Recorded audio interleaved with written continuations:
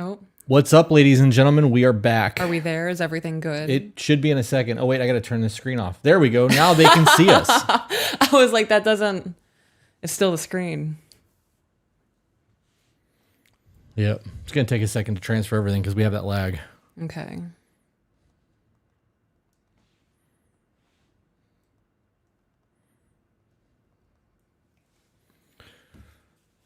Waiting to see if everybody's here. We were going to read, we were going to start with an email that they tried to get us to read last night during the Patreon live. Yes. But we are going to be reading emails that are expedited for a fee. Correct. There is a disclaimer that has to be said tonight because we just made it live on the website today. And for those who are moderating the chat, you can hit exclamation point emails and it will pop that stream bot up so that it sends a link to the downloads. There's a disclaimer there that you can read moving forward. When people want their emails expedited, that is the way to get them expedited. You read the form. Once you've read the form, you fill it out. It'll notify us. We'll then send you a follow-up email on how to move forward with payment, and we can move forward on doing that. As you guys send super chats tonight, any $50 super chats will get your email read tonight live on the live stream. I think we'll probably cap it at 3 or 4 emails. Yeah, it depends on how long we go for because we could really spend, if you think about like an hour Right. on one. Anything over 3 emails that gets done, we will just get the titles of it and then do one-off recordings for during the week. We will not be covering emails that are heavy with SA, DV, or child abuse. If that is very heavy content in your email, don't send the money because we're not answering it that way. Correct. I should probably turn these on so they stay focused, huh? Good call. Yeah. Yours says no signal. It'll correct. It takes a second. Oh, there it is. Yep. Anything that I need to cover that we didn't cover just now? No SA, no DV, no child abuse. Correct. If that's something that's prevalent in your story, you can just say there was an instance of DV, an instance of SA, or I was abused, and that's it. We don't need any details on that because we can't read the shit on YouTube. Right. It will get us demonetized, and to be honest, we don't want to read that. It's emotionally draining. We don't need that. It's not prevalent in what's happening in your story right now. Correct. So, with that being said, let's just jump into that email. Well, is she in the chat? I don't know. All right, guys. If she's in the chat. Yeah, let's find out. Zach, is she in the chat? I'm seeing some new faces. Love that.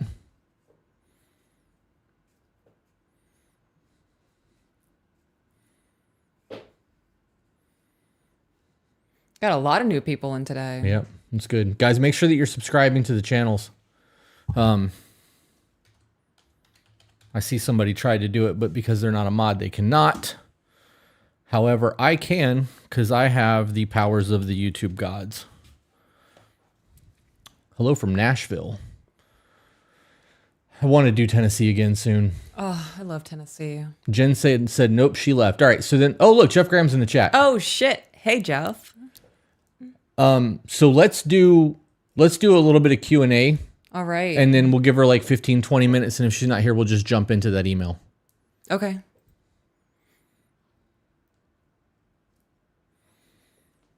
DC3347. Try to get your podcast. Only have Android. I don't see how that's relevant as we're on YouTube and Spotify and Stitcher and Amazon and we are really on like everything. Pocket Cast and iHeartRadio and Pandora. So unless none of those are on Android, I suggest you switch to an iPhone because if that's the case, you're definitely missing out on a whole lot of stuff. Definitely a lot being missed out on. We got someone from Ireland. It's moving so fast. Yeah, there's a lot of fucking people in here chatting right now. Oh my gosh. All right, everybody new on the TikTok. We are currently live on YouTube. If you want to be a part of the conversation, I would recommend going over there. We are doing live email readings tonight. I will not be checking the chat over here much. So this is more of just a little window into what we're doing. If you want to have a voice in the conversation, go to YouTube. The number 2, be better. We will be more likely to see your comments over there because I have a big old screen with the chat on it. And so does Chris. Yeah, I got lots of screens with chat. There's a lot going on over here.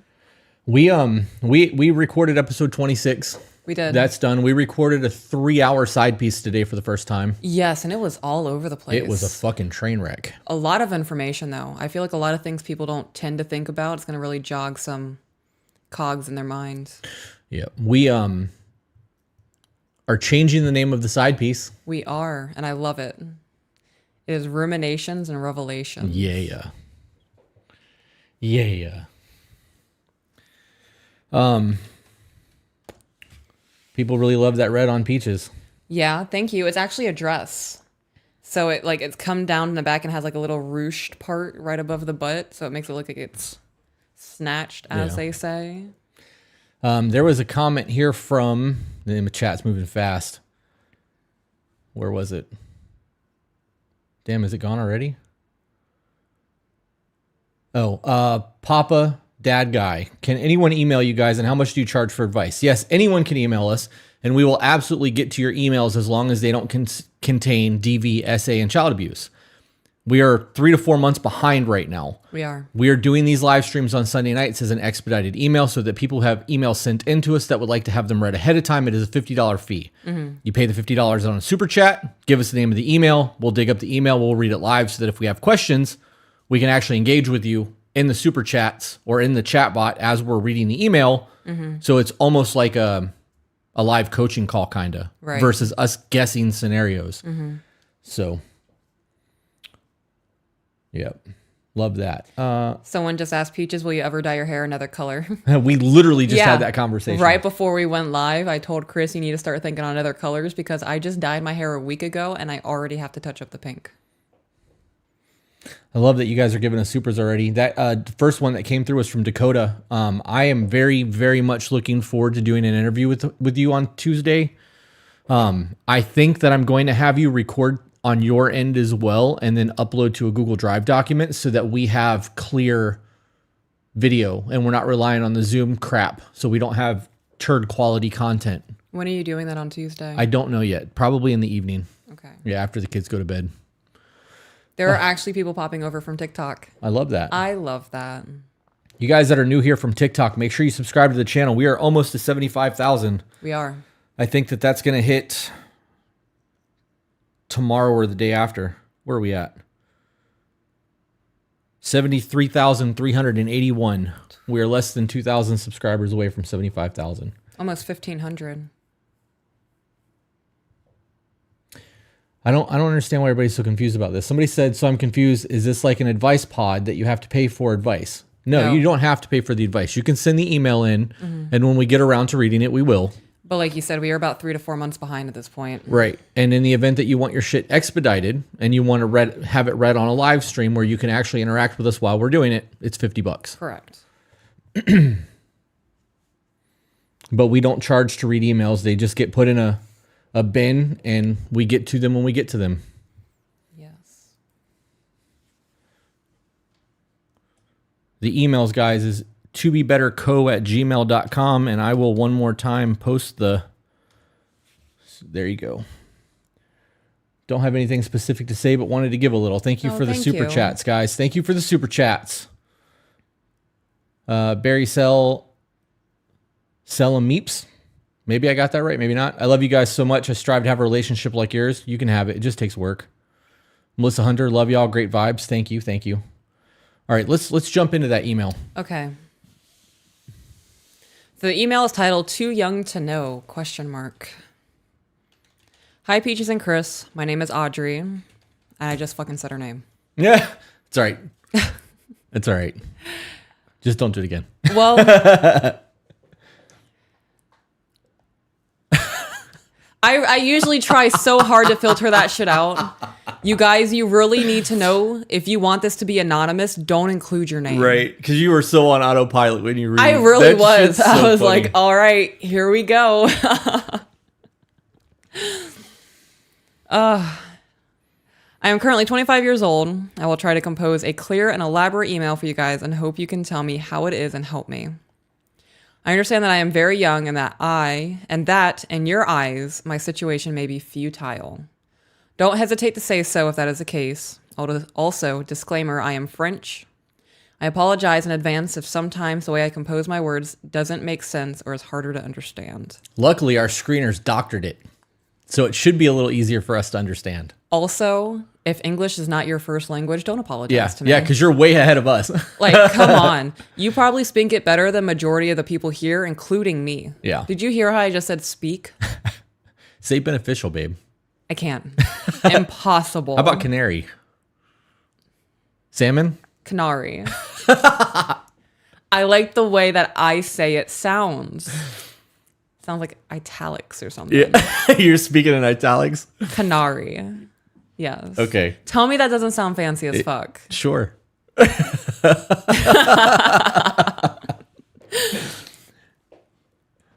Now, as I was saying, I'm a 25-year-old woman that works in healthcare. I have been in my current relationship for the last 5 years, and he is a mechanic.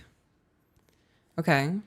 We have a house and pets. Kids are not in the cards just yet for me, as I intend to continue school and get my master's degree to become a nurse practitioner in the next 2 years. Okay. Love all of that. Love it, right? 5-year relationship. Don't have kids yet. Still trying to get shit figured out. My boyfriend says he is okay with that and even says that he might not even want kids when he sees what kind of world we are living in. I do not disagree with that either way. I don't mind if we have or not, just not yet.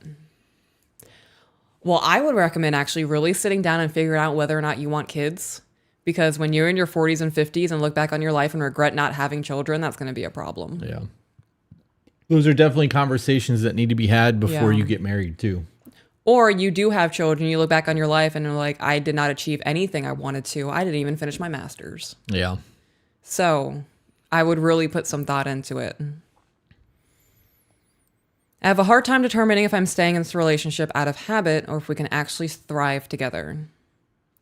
It's crazy that she said Red thrive flag. together. That's literally what you used to describe our relationship earlier. Yeah. That we thrive in the environment that we've cultivated within our marriage. So it's crazy that she said thrive together. I don't know. That's just a strange correlation. Yeah. I never thought of saying that what we have, that we thrive in. We've been phrasing it that way for probably about 4 months now, or at least I have, because there's a difference between surviving and thriving. Right. And most people are just surviving their relationship, and we're not. Right. We're yeah. thriving in our shit. Like I just don't recall ever that specific phrase being used. Yeah. Yeah. Well, I like that it's catching on. I'm here for it. We are not in a traditional relationship at all. We have been engaged for the last 3 years and no wedding in the near future. So this is just like a door stopper? She said they've been engaged for 3 years? They've been engaged for 3 years and no wedding date has been planned. Okay. Then why? What's the point of the engagement? Right. Is she in the chat? She's not here yet. I have questions. I gave Zach my cell phone number, and I have Discord open, and it looks like I actually have to open Discord. Mm-hmm. He said that she'll tag him in the chat when she gets there. Okay. All right, I guess we just keep going. Yep, run it. I work full-time, around 45 to 50 hours a week, and I am currently finishing my bachelor full-time, which is around 25 to 30 hours a week of work. My phone's up there. Would you mind pulling up your calculator, please? Do 24 times 7 for me. 24 times 7? Yes. 168. Now do 80 times 7. 560. I apologize. 80 times 4. 320. What are you trying to figure out? So, weekly, she is dedicating about 80 hours of her life to progressing, right?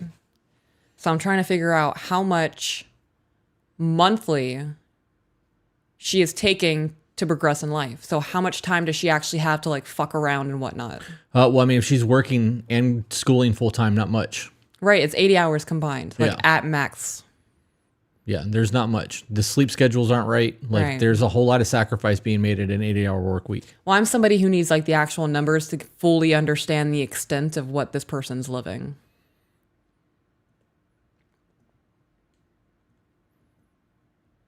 $24 times 7 would do it for me. 168.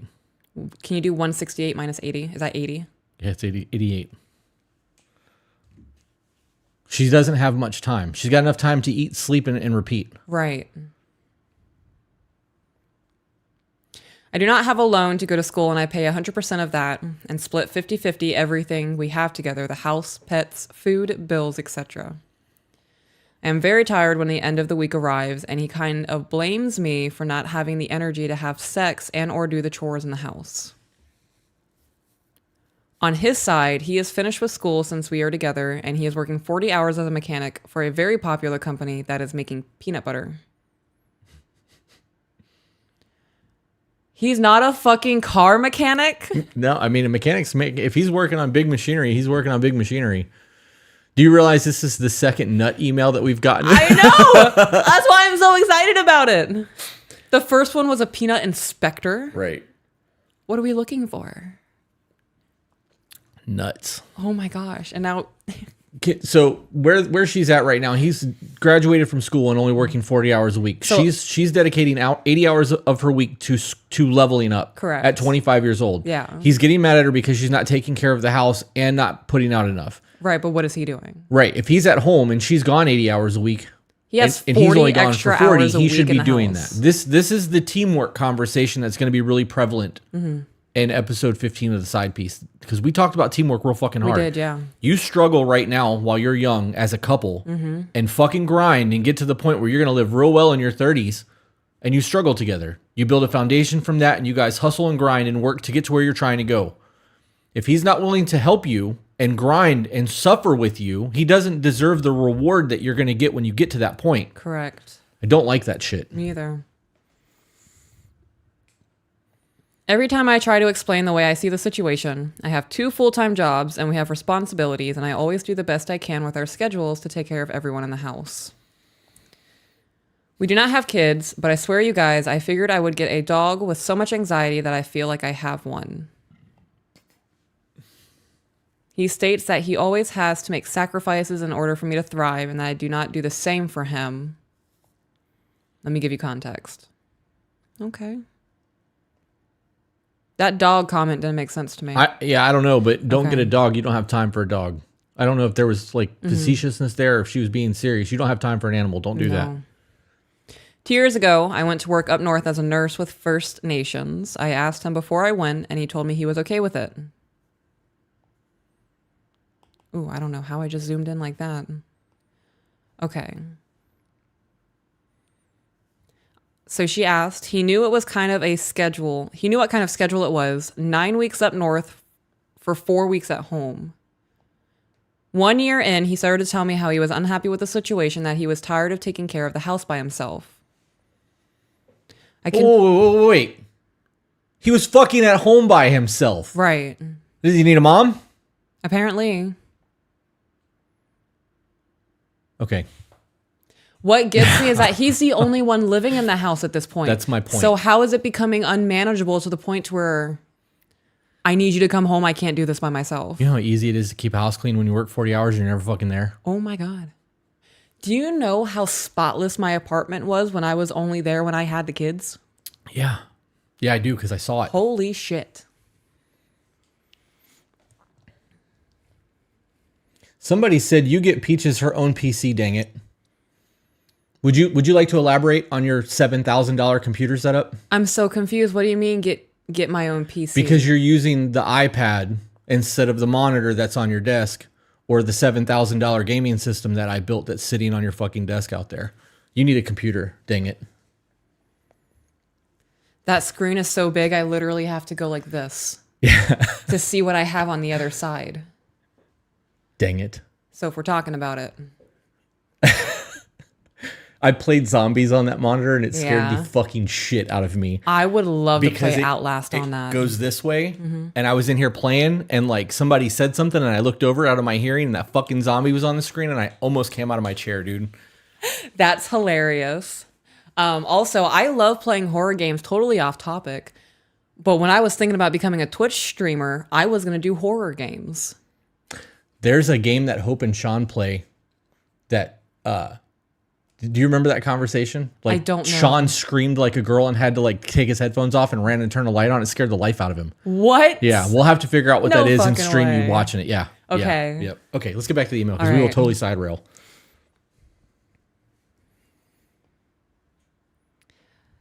All right. I continue to pay half of everything as I should. Up there, I was working 75 hours a week and going to school part-time, and it was online schooling. By the time he told me that, I had already signed up for another year full-time with an incentive of almost $20,000. If not done, I'd have to give it back. I asked him before signing, and he told me he was okay with it. When I brought it up and asked why he told me he was okay if it was not, he began to argue that I never listened to him anyways, and even if he had said something, I would have done it anyway.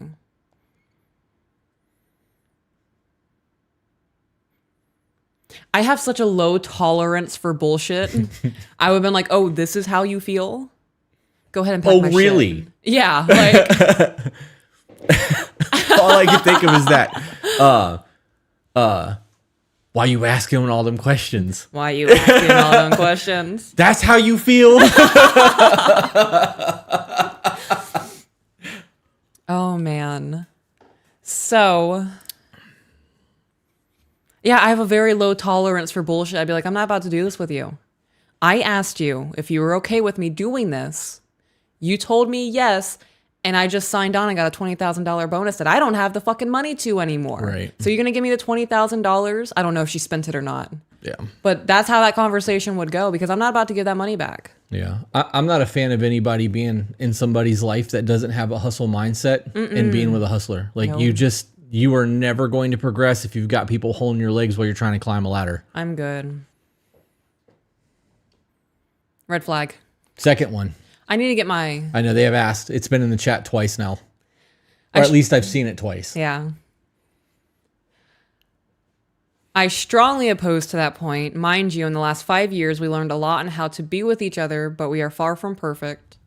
And my boyfriend has the bad habit of going into the victim mindset when we argue instead of owning up to his part and owning up to mine. It's a boyfriend. See what I did there? I do. And then my mind went to he who finds a husband or she who finds a husband finds a good thing. Yeah. Boyfriend. Little boyfriend. I'm just taking this moment to thank God for blessing me That you got an old man and a little boy? with you. Yes. I couldn't. I'm too exhausted. Honestly, I am far too exhausted to deal with the mindset of games. You know what you said to me. Mm-hmm. You knew what you were feeling in the moment, and you still chose to tell me, yeah, go ahead and do it. And now that it's done, you want to go, well, actually, what I felt was this, and you should have just known it, but you never listened to me anyway, so I was going to shut my face. Yeah. No. We have conversations like an adult. In that context, I don't know what to tell you because that is all fully a him problem. I wonder what his annual salary is, and I wonder what her projected annual salary is when she gets into the field she's in. Because let's just assume that he's making 70 to 80,000 a year. It's probably a stretch because he works in a peanut butter gallery, factory gallery, the peanut gallery. But if she's getting in the medical field and depending on where her degree lies, there's real money in that. She could be making 6 figures a year. And if he was just patient and the two of them could get along for 2 or 3 years while she's getting her shit in order, they would essentially double their income or 2.5x their income and go into their 30s living real fucking comfortable and not have to worry about financial stress. And both would have careers. Mm-hmm. So depending on what he does mechanic-wise, he could be making $100,000 to $500,000 a year. Working in a peanut butter... As a mechanic, yeah. If he was like a welder or something. Oh. Well, I know welders make money. Yeah, so... I don't know what that means outside of this country, monetarily wise, but he should be sitting pretty okay. You guys, it is super, super important when you are feeling a way in a situation... You need to voice it because then shit like this happens. Yep. When you are not honest in the moment about how you feel and you just tell them what you think they want to hear, you're suppressing your emotions, which is going to snowball into a whole negativity bias. And you're also letting your partner live in a false reality that everything's okay right now. Both things are unacceptable. You know the amount of so real shit. Like I didn't do well in school, right? Whatever. The amount of stress that would come into having to take tests when it comes to medical shit and learning all the things that come along with that, on top of working a job and having to deal with that stress at home. I don't think I could do that. Real shit. I don't think that I'm mentally strong enough. I probably would have had to leave and like choose. Like, do I want a career? Do I want to be with this guy? Because I don't think that personally, with my brain capacity and the way that I learn, I don't think I would be able to do both. I think that I would fail out of school because the stress levels would be too high. Yeah. Because of the way that I learn things. Like I have to audibly hear shit. And if they're not doing lectures for me to listen, I'm a really fucking struggle on tests. So. Do you have anything else you want to say before I? No. Okay. I really wish she was in the chat. I got questions. Yeah, me too. We're holding at about 700 on TikTok. That's gangster. We're at 400 on YouTube. Love it. Somebody agreed with me. Oh my God, the stress of that. She's a real hero for it. I really truly don't think that I could do that.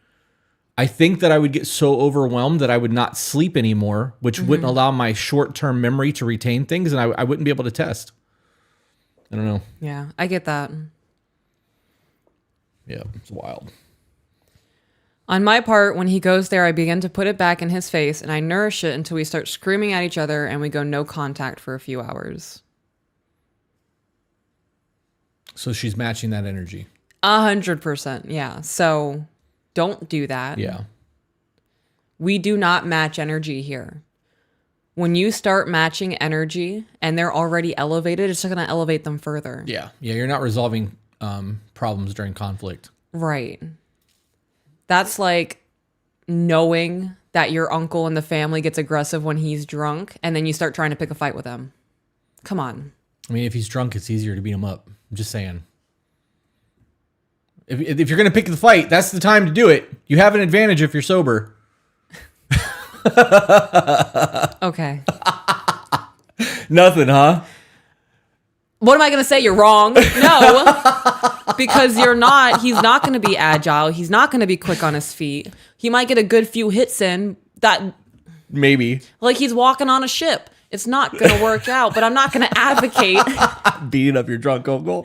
Because you have an advantage. If you're going to do it to win. I'm just saying. So stupid. I'm sorry.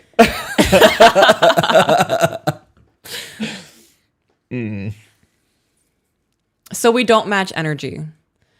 For you to say that you nourish it until we start screaming at each other, and the choice of, okay, I'm going to nourish this and stoke the flames, you are initiating the screaming battle. When you don't step away and say, okay, I'm not doing this with you right now, you are clearly living whatever perception you want to live in, and you don't want to have a conversation with me. So I'm going to back away from my phone for a few hours, and then I'll reach out again. And if you're ready to talk, we can do that. It's so exhausting. Finally, I came back south before my time second due to PTSD. But this is another topic. Okay, so she didn't complete the second year already. That means you have to give that money back? I was just thinking that, but she doesn't say. When I came back, I was in pretty bad shape, but I took matters into my own hands. I found a psychologist that specializes in PTSD and anxiety with frontline workers. Are we talking like EMT frontline workers, or were you in like a battle nursing soldiers and shit? Well, I mean, she could have also worked in a psych ward. I mean, it could be a whole lot of things. Okay, well, I don't know what it means to be a nurse for the First Nations. Hey, Jen A., can you answer that question? Because this is kind of your department.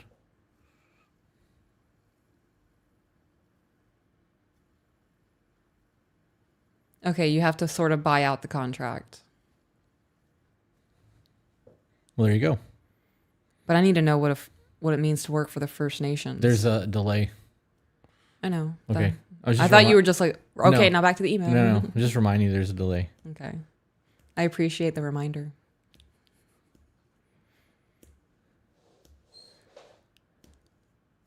Oh, is it Native American? Yeah, and Canada is. So it means you get a no huge way. page. Oh, wow. I'm sitting here thinking she's going to fucking war. I love learning new things. That is so cool. I am now going to have to do a deep dive in that. Yeah. That's the only reason why I knew about that First Nations thing is because of the Curse of Oak Island. Oh, really? They found something that looked native and they had to stop digging, and the First Nations, like, people had to come in and approve what they were doing. Oh, wow. Yeah. History Channel, bitches.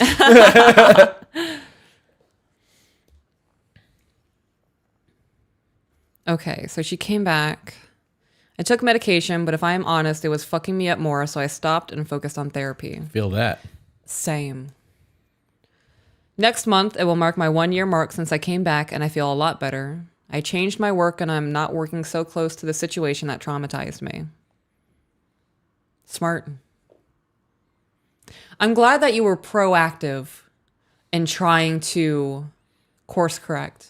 A lot of people would have just said, I'm never working in this field again. I am a shell of who I am, and just sink into the depression of it all. Right. I believe he tried to support me when I came back, but he seemed like he was too wounded to understand why I was coming back for this, but I would not do it for him. Jen said there is a huge initiative here to get people of all social services to go and work in the far north because no one wants to live where the air hurts. Wow. So I just want to explain something real quick. There are moments where I'm reading something and I'll like smirk or I'll snicker. And it's not because it's funny. It's because I find it absolutely ludicrous. I just wanted to clarify that. Okay. Okay. Him saying, I am hurt that you came back because you have PTSD from the things that you've seen and had to deal with out in the field and wouldn't come back because I told you after the fact of saying, yeah, go ahead and sign up, that I wasn't actually okay with it. Yeah. Little boy shit. Little boy shit. Why you mean mugging me? I'm not having fun at this carnival. I know I can't get my tickets back, but can I get like a free elephant ear or something? Ugh. And I want to clarify, it's not about the email, it's about this man's attitude. Yeah. I He's a enjoyed child. Don't call him a man. Don't do that. this boy's attitude. There you go.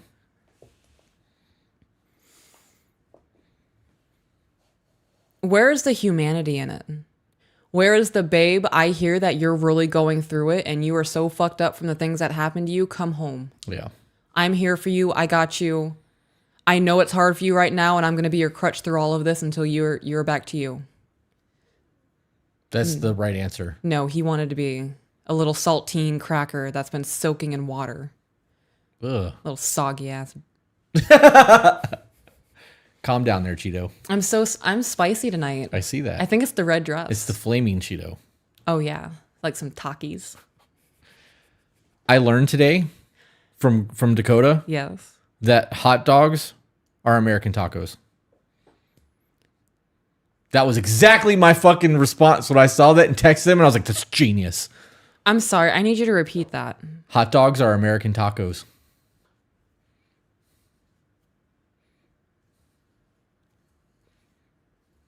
Mm-hmm. Yep. Yep. Especially when they're made up like a Chicago dog. I know when you got all the dressings on it.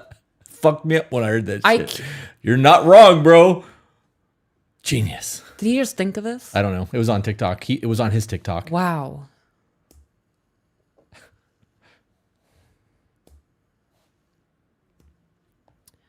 That's another red flag. That would have been my second. Look, we need to have a serious conversation about our relationship. Right. What are you laughing about? The taco thing. Oh. People were like, yes, they are. And somebody else was like, ew.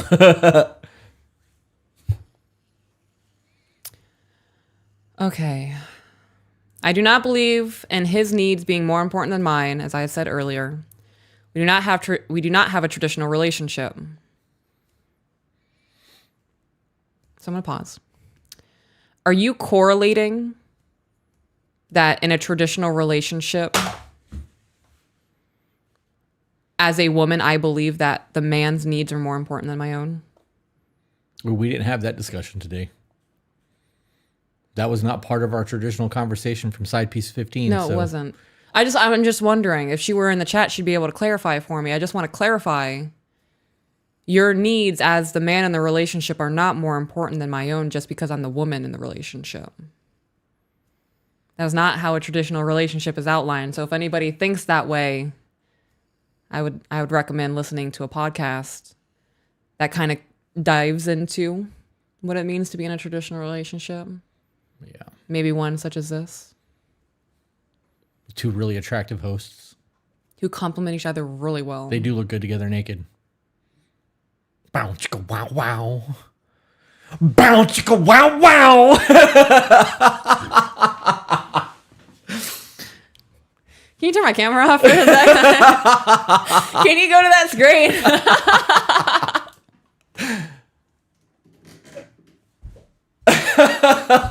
You are red as your dress. What the fuck?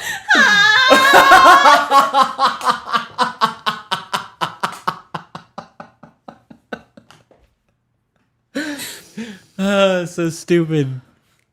Are you good? Can I put the camera back on, you know? Yeah. I'm fucking traumatized. Oh, God.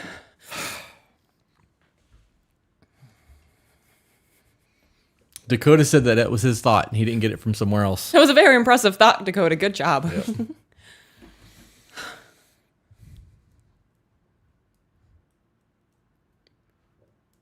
I'm just stunned. I can't.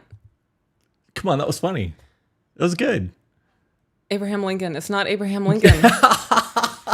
No, it's not. It's not Ford.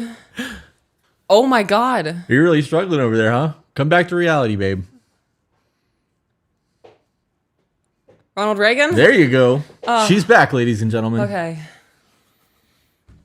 My mom was like, Harrison Ford, Harrison Ford, Harrison Ford. And I'm like, no.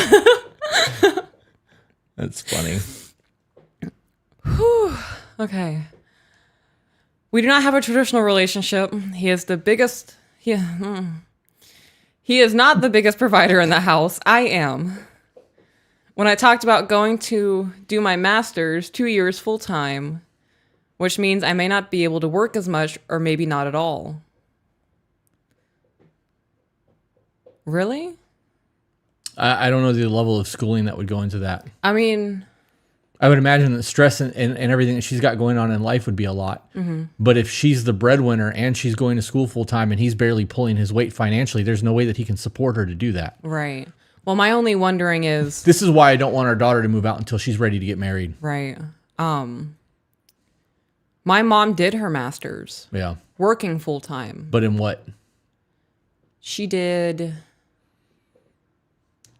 business management and something else. Right. I would imagine that dealing with medical shit and coding and all the things that go into medical would be a lot more difficult than business. Okay. Well, that's why I asked for the clarification. Does anybody know if she's in the chat yet? I have not seen her in the chat yet. The only thing he told me at first was, do not count on me to help you with money.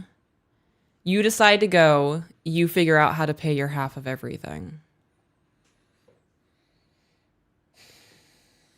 So this is the man you're engaged to. And an engagement is a promise to marriage. Right. Right? And he's going, you're kind of making your own choices right now. And because I don't like the choices you're making, I'm not going to support you financially. My beloved fiance, who I want to make my wife. That I want to spend the rest of my life with. I need a Tums. I have Pepto. It's the best I can do. Does that help with antacid? Because this is giving me fucking heartburn. It helped when I ate that fucking spicy chip and thought I was going to die later that night. Whitney Hamblin said, if it's a master's in nursing, that's an intense, all capitalized program. You know, even if her perspective is completely skewed, and this is not how he is as a person. Every email received, right? All of it skewed. None of it's accurate. That is still how they view their partner and their relationship. Right. Right. I could never imagine having you email the problems in our relationship and the things that you can't get past and you just don't know how to tell me about it. That would devastate me. Well, I mean, there would be a whole lot of issues in our communication breakdown if that was the case. Right. I feel like, though, subtracting the anger and the rage and the built up negativity and all of that shit, if we were in a really shitty situation like roommate phase, haven't been intimate in 8 months, and I just had stuff delivered. Yeah, I did too. My phone just went fucking ape shit. It's still going. You know, we could have the most animosity between us. If you were to show me an email that you were considering and sending as a final resort to fix our relationship, I would be pretty devastated. It would really make me take a look at like a reevaluation of our relationship. Right. I bet he has no idea this is how she truly feels because he doesn't want to fucking listen. I would be willing to put money on the fact that even if she told him how she feels about all this, he still wouldn't care. I don't think there would be any changes there because he's a very selfish me person. I personally can't wrap my head around you the other night were like, I think I might want to go back to school and get some letters behind my name. Yeah. I mean, that's a lot of work, babe, but if that's what you want to do it. I'm holding this down financially now. Like, it's not going to phase me at all. It's going to suck to not have as much free time with you as I do. But there's no way I would tell you not to do that. Like, if this is what you want to do, and it's going to make you happy to have those letters, or in her case, to get a master's in medical, and it's going to set up the rest of your life to have a career, we're gonna eat ramen for a few months if that's what it takes to make that happen. Yeah. We're gonna rent on one vehicle because if you're doing the school thing and you're doing it from home, you don't need a car, or you can drive me to and from work. Like, we'll fucking make that work if that's really what it comes down to. The problem is most people don't fucking want to like suffer together like that. Excuse me. At least not this guy. Yeah. This is exactly why in episode 15 today of Ruminations and Revelations, when you asked me if something were to ever happen to you, would I look for another traditional value man? And I said yes. This is exactly why. Even if we didn't have the traditional gender roles where I'm the stay-at-home wife and you're the provider, right? I would still want those traditional values. This mindset is bullshit. I agree. What do you mean that you're not going to help support me as I've been supporting you when I'm trying to accomplish my dreams to project us even further financially wise and closer to the dreams that we have because we're engaged? Right. I think this is one of those situations where that engagement was put on as a placeholder because it's been 3 years and there's no planned date yet.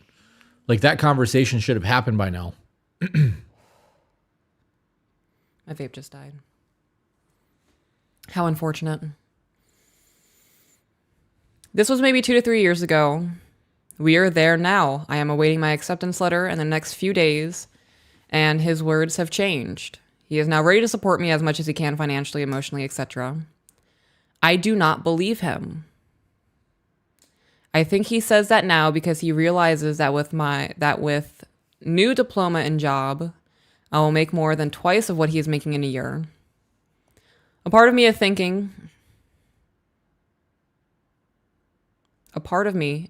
thinking. Just not that part just now. That's why they wrote Criff. Tell that story. Oh, okay, Jesus. guys. So, one of the points in really like solidifying the friendship between, if you're walking out there, can you plug that in? That's actually what I was wondering. Oh, thank you. Can you also grab me 2 edibles, please? Damn, woman. Thank you. I'm gonna have to take a $1 break soon. Everything is just not doing what it was. But, so the story of Criff. I think one of the pivotal moments in solidifying Chris's and I's friendship, before it ever even became romantic, just a solid friendship, was I ordered a pizza from Domino's. And when I ordered the pizza, the app wasn't working, so I had to physically call the store. And I was like, hey, your guys' app isn't working, and I would like to place an order. And they're like, okay, well, what's the name for the order? And I was like, Chris. And they were like, can you spell that? And I was like, Krys. And they're like, okay. And then they took my order, and I get the pizza box. And I pull out the receipt, and I'm looking at the receipt, and I was like, these fuckers. Thank you. You're welcome. Your back looks really good in that shirt. Oh, my God. So I'm looking at the receipt, and I was like, no fucking way. So I texted Chris, and I was like, you won't believe what just happened. And I gave him the whole rundown. On the receipt, they wrote Krys. F. And they're like, yep, not even going to clarify. Not going to ask her to spell it again. They just wrote Criff on the receipt. Is my lisp that bad? She sends me this text message, and all I can think of is while she's ordering the pizza, the guy on the other side must have been like, who the fuck names their kid Criff? What kind of fucking name is this? Right? Like, didn't even think to ask. Shit gave me a really, really good laugh. Really, really good laugh. I gotta be honest, I don't see a scenario where this is gonna work out for her long term. Oh, I concur. Even in the event that they make it through the schooling phase and she starts making big money, he's going to use her for the money that she's making. Right. I was just thinking he might see this as a golden opportunity to maybe go down to part-time. It's a level up. That's all it is for him. Once he's down to part-time, he can quit his job because she's got the bank. Right. But if he had that mindset of teamwork in the beginning when she was going through all of this and they were working to level up together, I wouldn't have that view of him. But because of the way he's acted through all of this, that's the only outcome in my head, is that he's looking for a level up off of her hard work. And now that he's realizing that she's going to double his income and he realizes they're going to 3x their living scenario, well, maybe it's not that bad if she goes to school for 2 more years. It's not that big of a deal. I can wait 2 years to be a moocher. Yeah. I wouldn't believe him either. Yeah. Someone said I would love to hear Chris sing Jack Black's Peaches song. Yeah, you can. I'm almost positive that's tomorrow's episode. Is it? It happens either on 24 or 25. It happens at some point. It does happen. He does serenade me from time to time. You said I need to see a manager. I did. I need my agent, the manager, HR. Okay.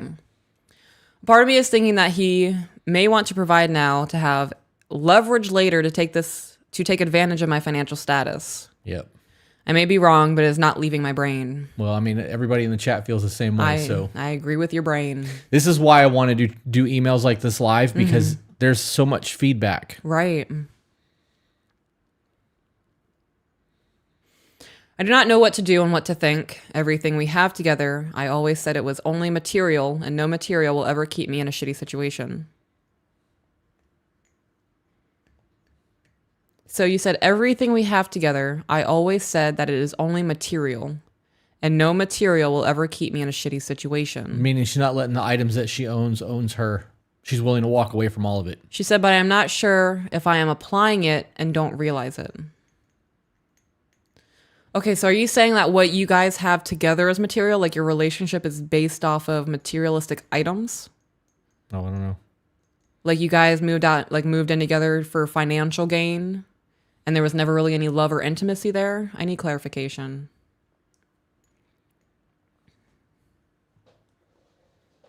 Yeah, I don't see anything. Okay. He now has a good relationship with my mom, but it is not always this way. He once called her a scrounger because he believed she was abusing my kindness when I helped her in her job, which is really physical. So wait a minute. He's waiting on her to level up to take advantage of her money. Who's a scrounger? He's a scrounger. You want to talk about somebody abusing something? Yep. We had one of our biggest arguments that time, and he also had a heart-to-heart with my mom, and I would not protect him with that one as I saw it was one big disrespectful thing to say. I have issues with this. I was about to say, what do you mean I would not protect him with that one? So is your mom evolved a lot with your guys' relationship? Is your mom more important to you than your husband? Well, they're not married. Right, but he's supposed to be. They're engaged. Yeah. Ooh, are you prioritizing people over him? Yeah. That's the problem. Well, I mean, their relationship is fucking trash anyways. That's not a healthy scenario. But if he doesn't feel like he's a priority to her, why would he make her one? Right. Yep. I do disagree that he should, or I do agree that he should not have been talking shit about her mom. Correct. Or unless it was to her mom, like if they had an argument, because pulling her in the middle of that and talking shit to her is going to create problems between the three of them. Yeah. And you don't do that.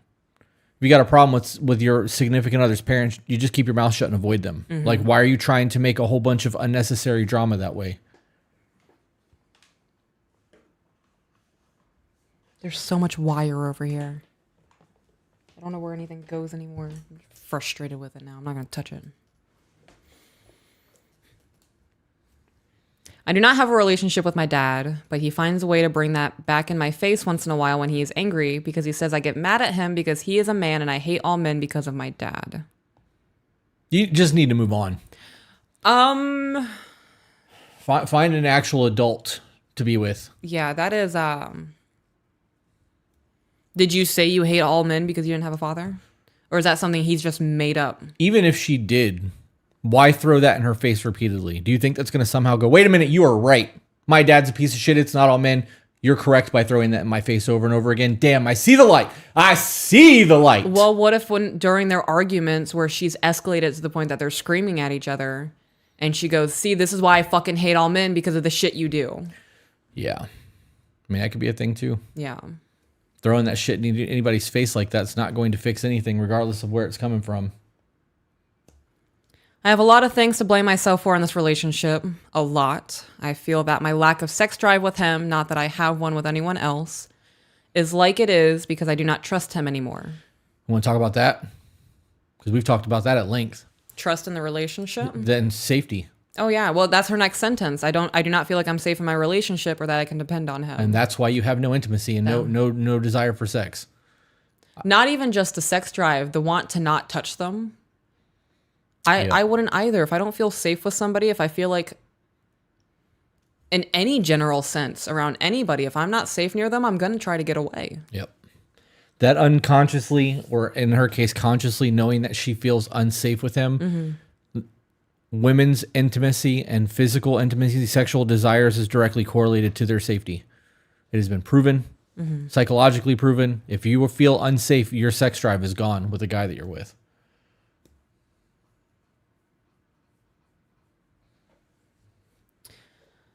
I feel like it is me against the world and he is part of this world. I want to know if there is something I can do, say, or approach to figure out if this is repairable or not.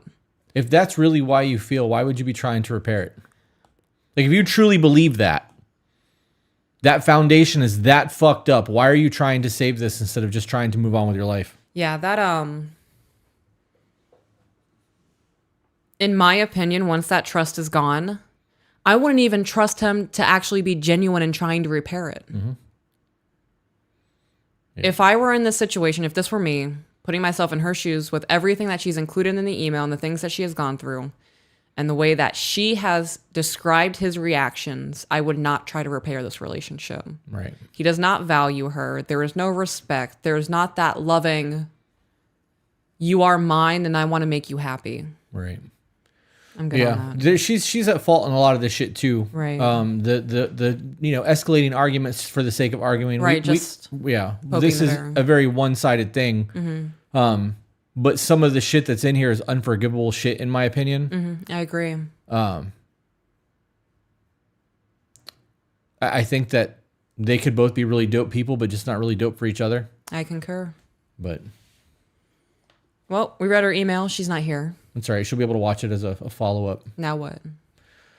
Well, if anybody else would like to have their email read, you can send us a super chat for $50 and give us the name of your email, and we will look it up and read it. After reading the disclaimer. After you read the disclaimer, correct, which has been tagged quite a bit. Let's go ahead and tag it just one more time. Because if you send $50 and your email is riddled with DV, SA, or child abuse, we will not read it. Oh shit, someone just sent me a galaxy. What does a galaxy mean?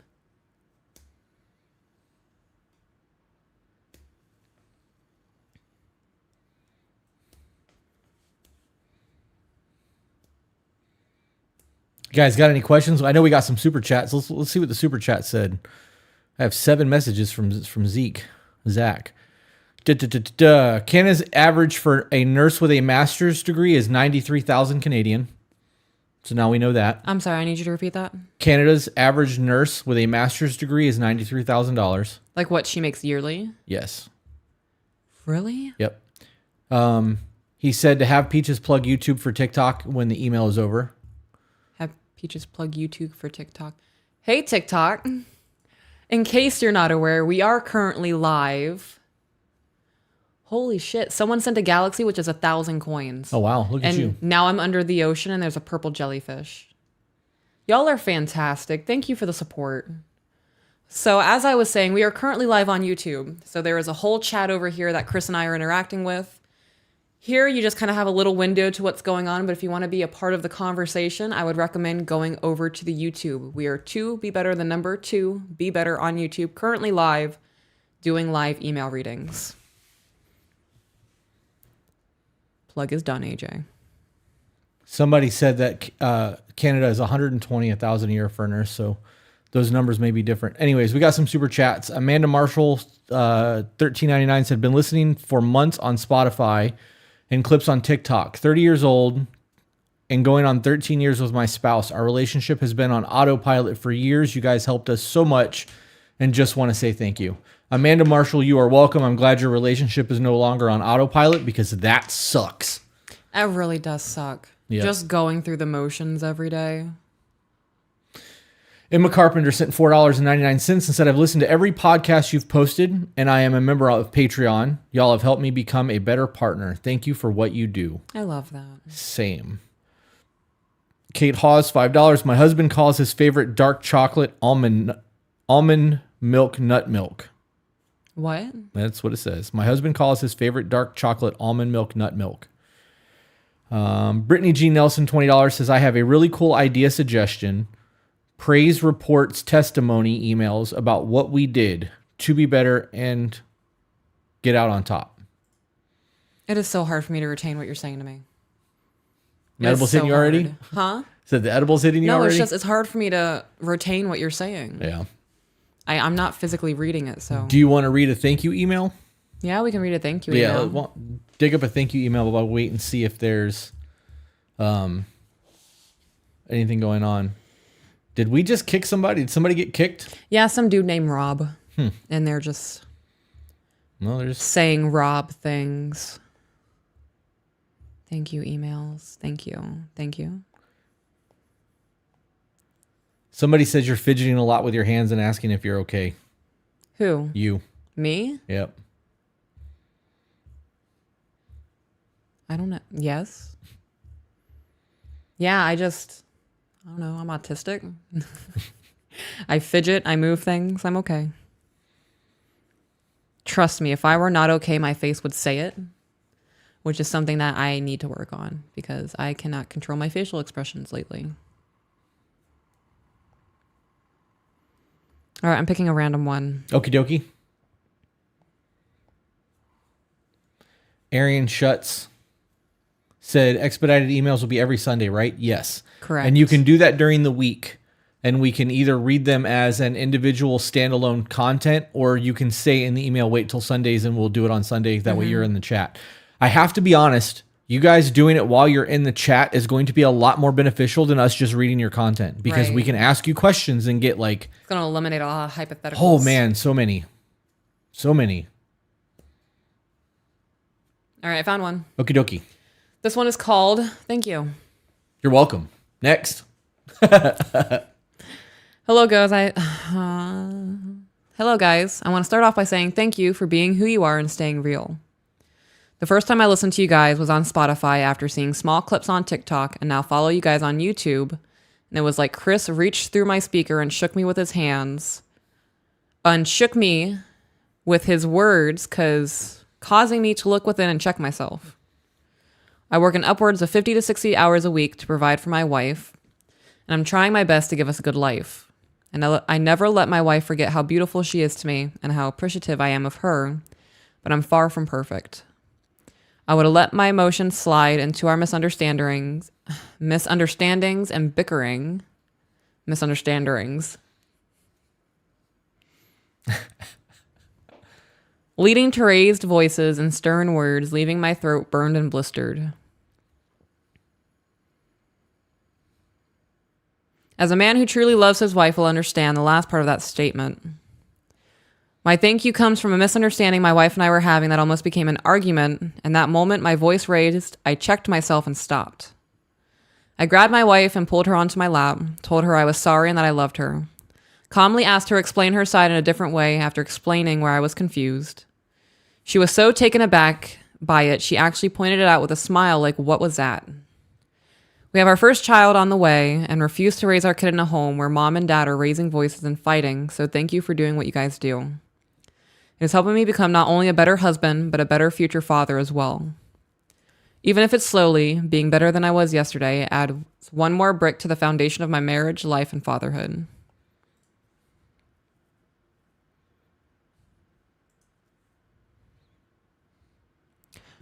We're in May. Mm-hmm. He wrote a PS, if you recall a new $15 patron around 5 p.m. or 6 p.m. your time, Tuesday, March 28th, that would be me. We're May 28th. Yeah. I was like, how? A dictionary of peachisms? What would go into a dictionary of peachisms? I don't even know what that would be. What is a peachism? No idea. I need clarification on that. Give me some examples.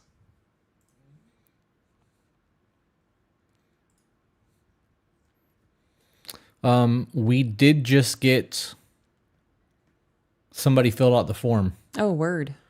So I'm assuming they're still in the chat. If you just filled out the document and you've read the disclaimer and you want to move forward on an email, you can send that super chat through and we can get into it. I just need to know the name of the email. I guess I could just search for your email address, but if you've sent an email already, the name of the email would be beneficial. Oh, damn it. What?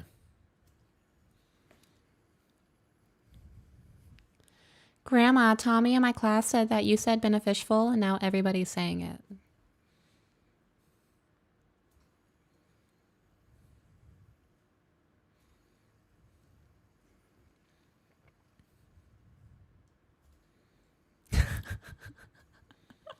Dude, they're really fucking going They're with really this. doing it, yeah. They pay attention, babe. They totally pay attention to you.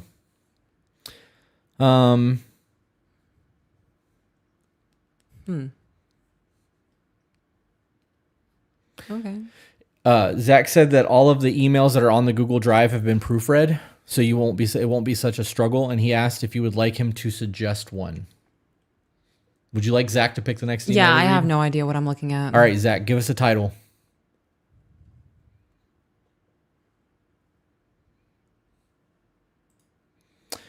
Jesse is saying super chats are $100 for Australians and doing the frowny face. Ooh. They're not if you send it to tobebetterco@gmail.com for PayPal. Yeah. That's crazy.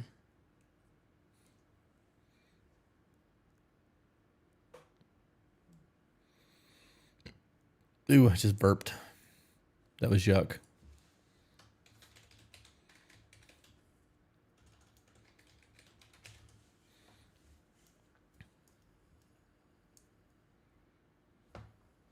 Emma B says, I have a topic. I really want you both to discuss it. Well, what is it? What is the topic? That's normally how that would go. Intrigued.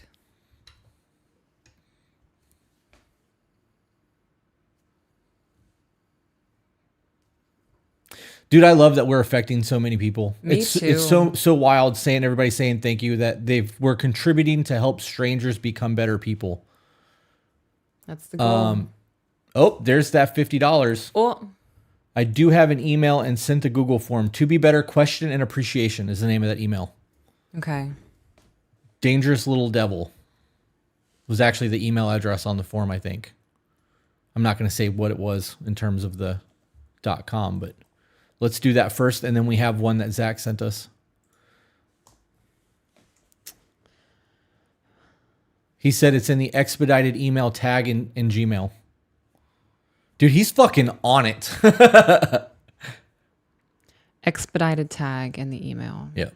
Jeez. I feel like I need to rent out Disneyland or something. Let Zeke run free in it. Yeah. All right. To be better, question and appreciation. All right. Greetings, Peach and Chris. Greetings and salutations. Peaches. Why did I call myself Peaches? That is the plural of peach. Are you a they them now? Are you multiple? You're pluralizing yourself. Please stop. I'm gonna start calling myself Chris's. Stop. We are one. Call me Legion. We are many. Sorry.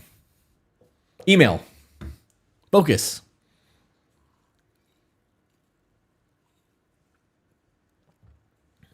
Why are you looking at me like that? Have you ever done like you know how people like dress up and get swords and stuff and reenact things? Cosplays? Yeah. Like LARPing? Yeah. You want to do? No, I don't. Not even a little bit. I don't even know where you're going with that. But if it No? involves me getting dressed up and role playing something, no, I don't. Even if it was for like, you know, Why would I get dressed up for that? The clothes are just going to come off anyways. the atmosphere. I just wear a bow tie. I approve of this.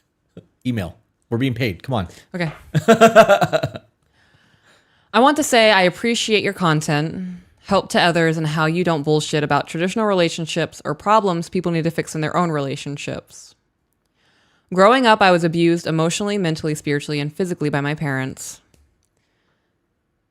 Through my middle school and high school years, all of that still happened, adding SA. I took it upon myself when I was 16 to seek out creators that made healing videos and to learn about psychology, what trauma is, what it does to the brain, and how to overcome different traumas. Your content has also helped me, and I'm still learning more through you both. That is also how I started dealing with my bullshit. Yeah. Was finding creators. Yep. People helping people. The question on why I'm sending this email is I want to have a traditional relationship with my boyfriend, who I live with, and he knows about this. He also knows about your podcast and loves it too. We watch almost everything on TikTok you both post, talk about it, and laugh. I trust him enough for him to lead our life and to submit to my man, partner, but most importantly, the person I love. I just don't know about leaving my own job, my own source of income, and the kids I take care of. I'm an after-school daycare teacher for 60 kids. Holy shit. You're closer to 100 than you are to 0. It's a lot of kids. What do you call them? A gaggle of children? Hell. You would call that hell. Right. I feel like they'd be able to gang up on me. Yeah. If they're all 5 and cognitive and know they have opposable thumbs, I could be in deep shit. Yeah. 60 kids? Is it all at once? I'm sure there's other adults involved. I work every day, but the weekends, and it's only 4 to 6 hours of my time. But I love the establishment because I've been there for almost 12 years now. I want a traditional relationship, but I don't want to leave my job because it feels like home, except for the part where the one other daycare after-school teacher is being a complete shit. She's in her mid-40s and I am in 20s. My boyfriend is 31 and we have an apartment together. And that's the end of it. So what's the question? The issue is that she's struggling with leaving her job to do the stay-at-home wife thing. Right. So is your question like how to process this? Are you wanting tips on how to do that transition? Do you even want to leave your job? Let's see what she says. While we wait on that, Emma B said, can you guys discuss how the media creates unrealistic relationships and expectations? That's not something that we can really get into because the media doesn't do that. Social media does that. Correct. Media itself is owned by Big Pharma now. The people that actually watch the media are all old as fuck and actually close to death. Real news outlets don't exist anymore. It's not a thing. No. So like societal standards of what relationships are is all bullshit. So that would be where my situation is in that. Did she respond yet? My adorable fleet. No, I play fight with them every day. She calls them my adorable fleet. I love that. That's funny.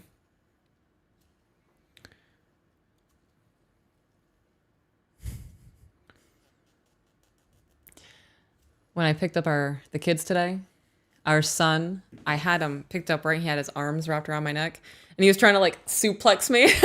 He's so tiny, but I went with it anyway, and he was just giggling up a storm. That's funny.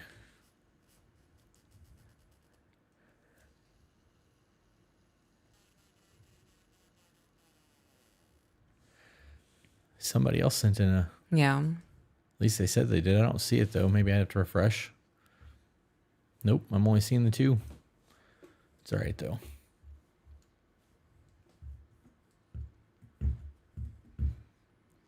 Little Devil, was there like... Can you give us a real breakdown of what your question is? Because... Yeah, I don't know what... Guys who are looking for the form... It's in that link right there. So she said, tips on transition, I guess. We agreed to move at the end of the year lease and to make our own home. I don't want to leave my own personal income behind because of my bad last relationship. Okay, so you have financial abuse that you're dealing with from the past. Right. What does your past relationship have to do with the man that you are willing to submit to right now? Right. Has he ever done anything to give you any indication that this is that he's not a man that can be followed? And if that's the case, why are you willing to submit to a man who's given you indication that he cannot be followed? How can you allow a man to lead if he's showing you that he's not capable of leading? The rest of that is more of a you question because you've actually done that transition. Mm-hmm. Oh, more of a me question? Yeah. Well, I wanted to.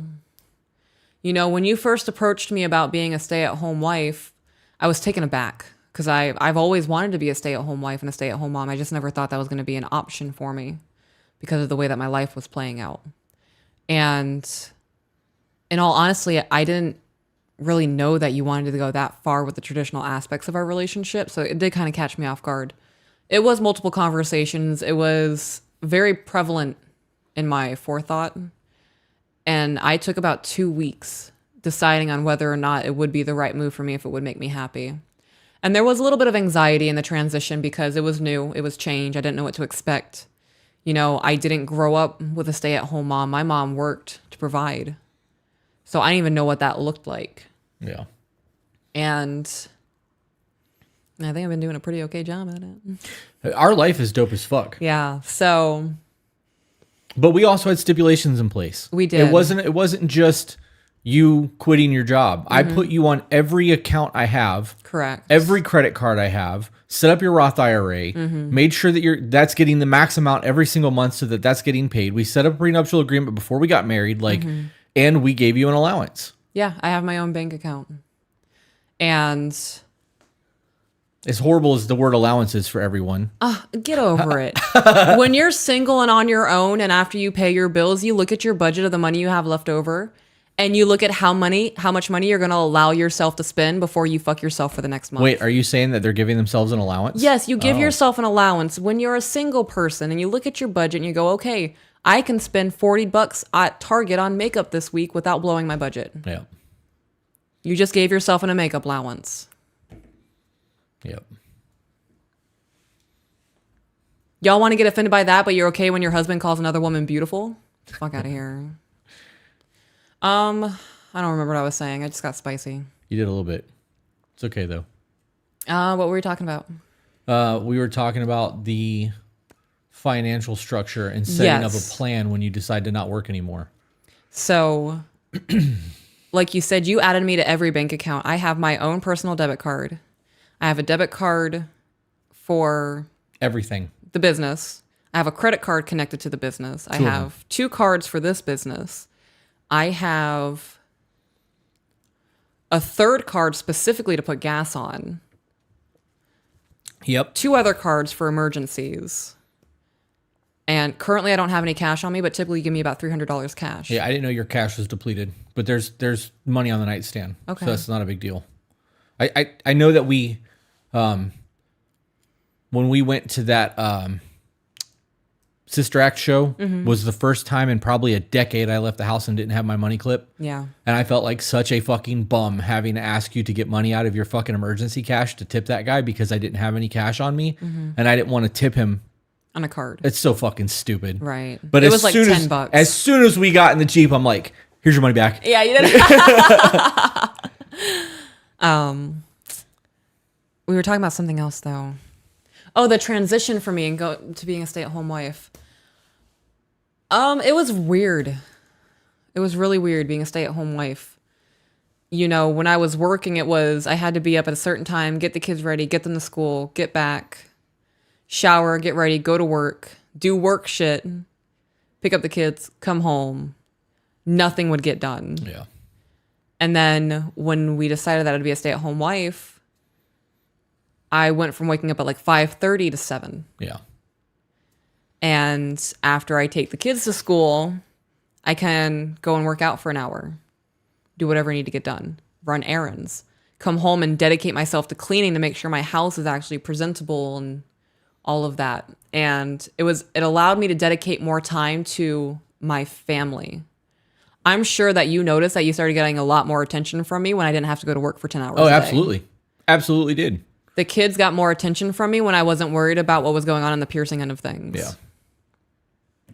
So me becoming a stay-at-home wife was the best decision. One of the best decisions I've made. Yeah. Yeah. So obviously there's going to always be concerns. It's a scary thing to give up your financial freedom, but there are steps that you can take to ensure that you have what you need. And that's laying out a budget ahead of time saying like, okay, if I quit my job, we're going to lose this extra, $2,500 a month or however much you make a month. Are we going to have enough money to survive off of that? And if so, are you going to be able to pay all of the bills and still make sure that I have $150 a week to spend? Right. Because I'm going to need gas. I might want Starbucks. I might want to go to Hobby Lobby, whatever. Those conversations need to be had. And if those conversations are had and everything is laid out and makes you feel comfortable, then you can give it a trial run. And quit your job. You can always get another job. Yeah.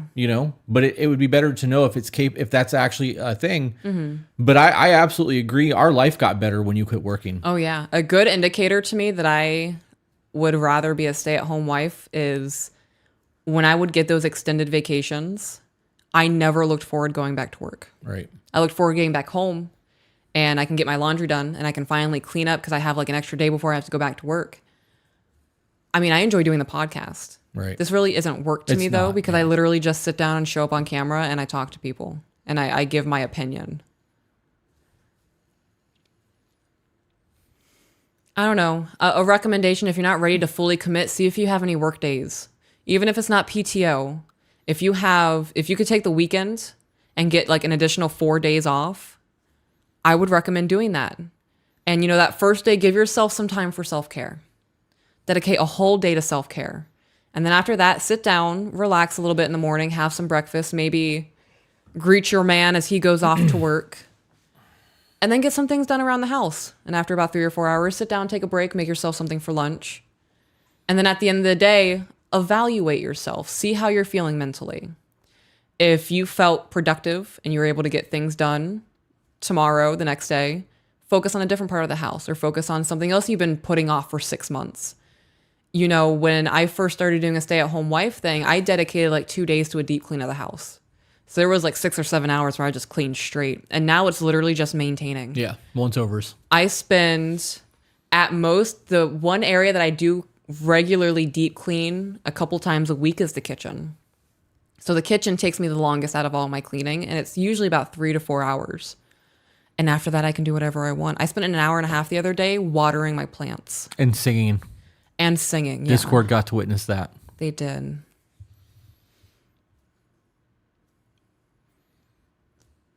I have free time. I have more free time than people who work any job, really. Right.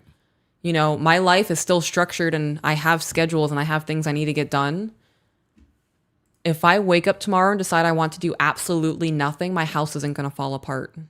When I need a mental health day, I'm able to take that mental health day, and that mental health day helps me be my best version of myself for my family. And whether you guys like to admit it or not, the feminine energy in the home, the one that's supposed to be soft and loving and nurturing, you are what's the word I'm looking for? Like the temperature gauge of the house. When you're off, everybody else in the house is fucking off. Right. When dad's off, okay, dad's off, avoid dad. Yeah. Yeah. When mom's off, nobody's having a good time. Right. Because mom is usually the one that gives the love and the happiness and like everything's great. Yep. So I don't know. For me, it was the right choice. It was definitely a change.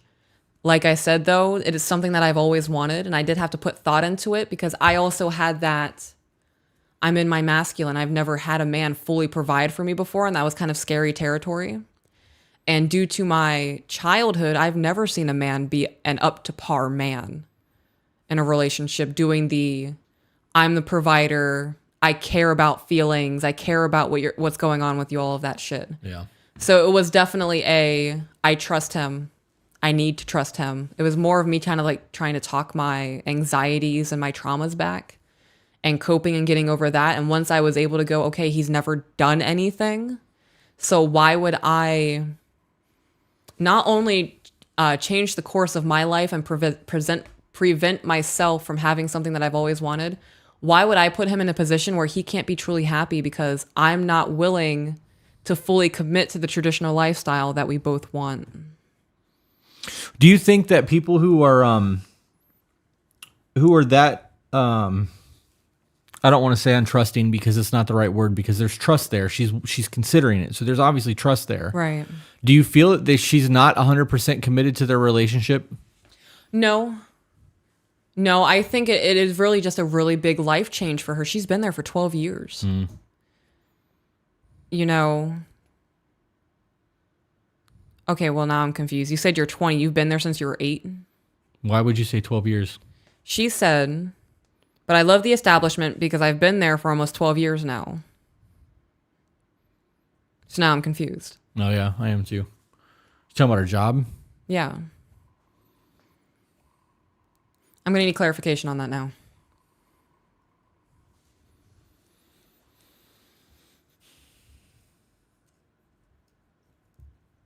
While we wait, somebody asked how you would describe the perfect mental health day. The perfect mental health day? Yep. Okay. Like getting a break from everything? It's just what they said. Perfect Okay. mental health day. So when I think of a mental health day, I'm thinking of a day where I can focus on myself and recharge. So I'm waking up, I'm working out, and I'll either have a protein shake for breakfast or I'm going to fast and have a really good lunch. I am then going to do my plant care, make sure everything's going good with them, dedicate maybe an hour or two to that. And then, I don't know, get some type of task around the house done. Do laundry, straighten up the kitchen, do up the kids' bedroom, whatever I want to do. Maybe go shopping, plant stuff, look at some plants, hit the craft store. Definitely love up on you. I'm gonna need some attention. Yeah. A bath. Definitely a very long bath. Getting very stoned in the bathtub. Lots of bubbles. I add a lot of things to my bath. So I have Epsom salts that have honey added, so it's like making my skin nice and soft. I add oils. I have scented bubbles. I use a body scrub to help exfoliate and get rid of all that dead skin. I have a body conditioner and a body butter. Yeah, my baths are very extensive. After that, I might read or knit. Probably cook you biscuits and gravy. Yeah. Your mental health day benefits the shit out of me because I get some ass and some biscuits and gravy. Shit. Yeah. Shit. And then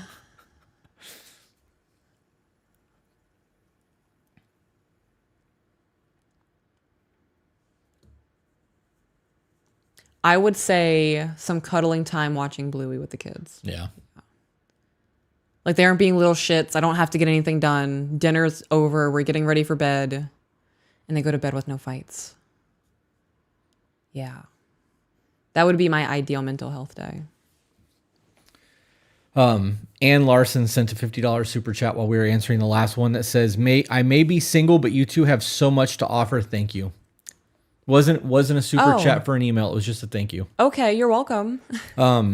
We have not gotten another super chat to pay for an email read, although I have seen a lot of people asking how much it costs. I've seen a lot of people answer with the email thing in the link, and then somebody sent a $2 super chat and said sent an email, or a $5 super chat that said sent an email. So they either missent or misunderstood. So I'm going to clarify one more time before we get into the next thing that I've got saved over here. If you guys are getting emails expedited, it is $50. You have to fill the form out and then send the email. If you haven't already, they're $50. Otherwise, you have to wait in line until we get to it, which is, months behind at this point. Podcast final folder in the drive, Feminism and Traditional Wife. I have no idea what you just said to me. Podcast final folder. Okay. On the Google Drive. Okay. What is it called? Feminism and Traditional Wife. Okay. I almost didn't find it because it says no subject in front of it. And all it said was no subject F.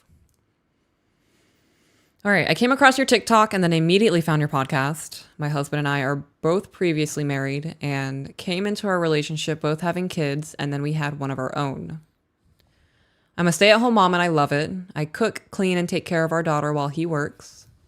I tend to be a very liberal person, but we live a very traditional marriage lifestyle. I prepare, plate, and clean up my husband's dinner, make his coffee, his lunch, and basically do everything for him.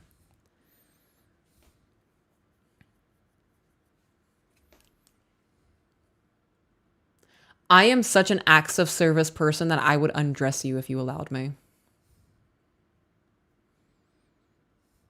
Okay. I mean, you do take my shirt off every once in a while when I'm sweaty. Filthy. She said I'm a very liberal person, but they live a traditional lifestyle. You know that if you looked at what liberalism was in the 60s when it was true liberalism, it's what they're calling conservatives today. Correct. So are you actually a liberal or are you like extreme left? Because that matters. There is a difference. There is a fucking huge difference. There is a difference of you and I can have a very good, decent conversation. There is one where I'm going to cross the street. Yeah. Yep. Yeah. Serving him and making his life comfortable is my love language, and I love that man. He is my very best friend. In exchange, I never worry about bills or money. This works for us. What I'm having some trouble with is how I can be a feminist and a housewife that relies on my husband for financial security, all while serving him. Okay, so I am already not ready to have this conversation with this person, because when you equivalate feminism contradicting a traditional relationship, you really don't know what feminism means, and I can't have a conversation with you. Okie dokie. This very much gives me, you can live your life, but not that way. Yeah. No, thank you. Yeah. Isn't feminism the right for women to have and do exactly as they wish to do?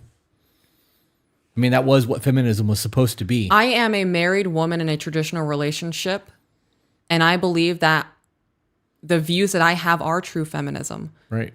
If you are a woman and you are living your life and you're not being told what you can or cannot do with yourself, and nobody is controlling you, and you are happy and everything is watered, you can do whatever you want. You want to be a CEO? Fucking get it. You want to be a working mom and your husband stays at home? Hell yeah. As long as you are happy and nothing in your life is being neglected and you're not waking up miserable, I don't care what you do. Right. It's how it's supposed to be. Could you imagine how wild it would be if people just minded their own fucking business and stayed in their relationship and not other people's? Because if that was the case, that whole confusion wouldn't exist for her. Yeah. And this is not me shitting on her. It's me shitting on the mindset that society is really pushing on the fact that you can't be a feminist and be a traditional woman at the same time. Right. I'm the proof you can be. Somebody said Zach just wanted 480 plus people to hear this conversation. Yep. We got another $50 super chat from Joel. Said, it's crazy when I listen to F and F, I understood their message. What is F and F? F and F. Is that fresh and fit? I think that's Okay. fresh and fit, yeah. I understood their message, left out some I didn't care for, and imagine their talking point something similar to this, but y'all have exceeded my imagination on what it could be. Keep it I up. love that. Hell yeah. Me too. Exceeding expectations. Does that mean we get an A+ on this? We get A++.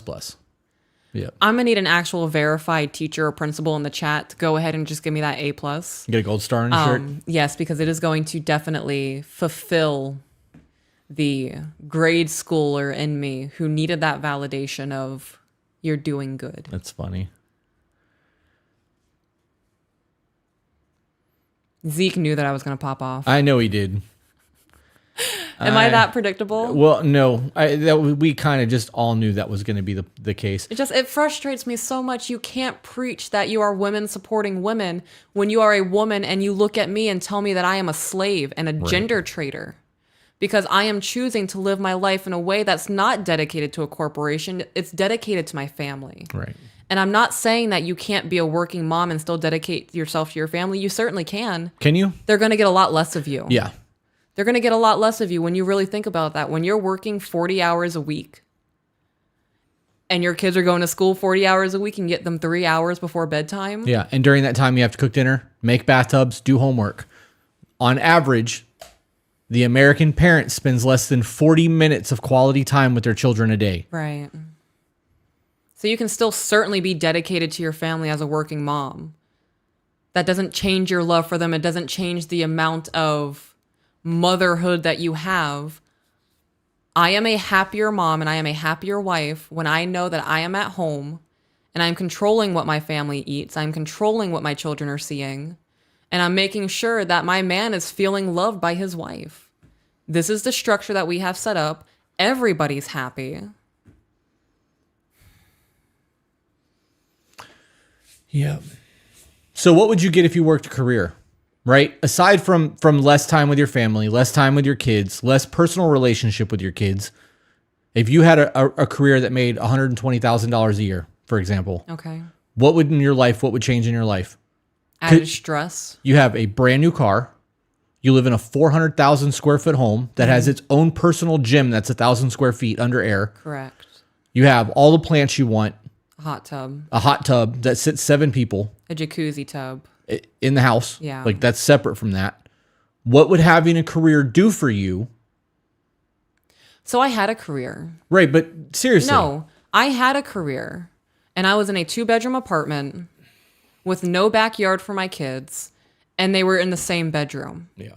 Right? And I had a career. I was making good money. Even then, my house was not maintained up to the standard that I wanted it to be. I was more frustrated. I was more angry. I was short-tempered. Anything could set me off. I had absolutely no patience. Being able to just focus on one aspect of my life, maintaining the household, and under the household falls the children, everything that else that I need to do. It is so much easier than spreading myself thin and trying to maintain a job while trying to maintain a household, while trying to maintain a marriage and maintain my motherhood. And it's just, I am somebody who is easily overwhelmed, and I know that about myself. Why would I put myself in that position? Right. I'm good. Yeah.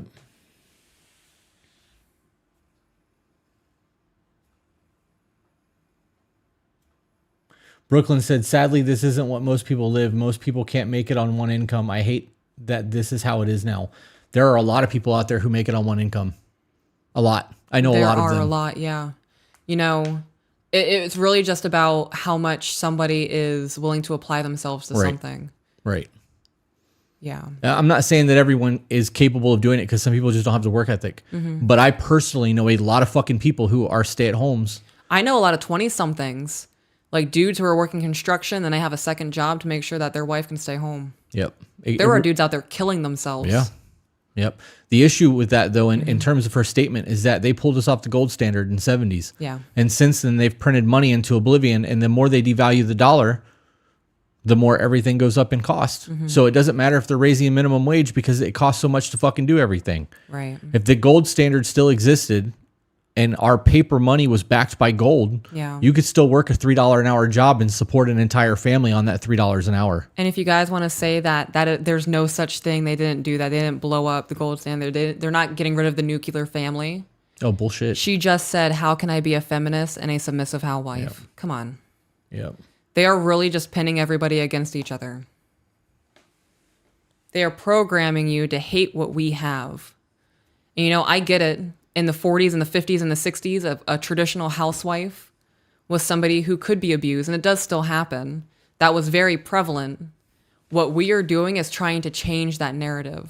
We are trying to show you guys that this is possible and it can be done in a healthy manner. Yeah. You know, you don't have to do the traditional gender roles. The traditional values will get you to the point to where we are.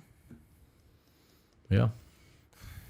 Yeah, the work ethic goes a long way too. Yeah. We got an email from someone named Natalie's mommy.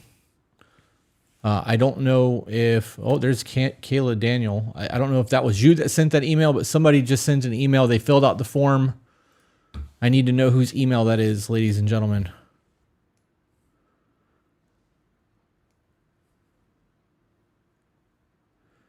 Chris, can the dollar be fixed or brought back up in value? Yes, but it will not happen because there are too many people on the right and left that want to spend us into oblivion. And in order for them, we are paying $700 billion a year in interest on to the federal in interest.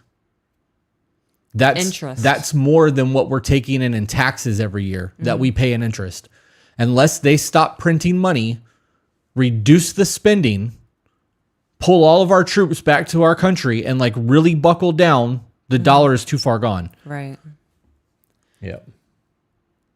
I just saw that someone said they're up at 2:30 in the morning watching from South Africa. Yeah, it's wild. Love your content. I can't tell you how much you guys have saved my relationship. Okay.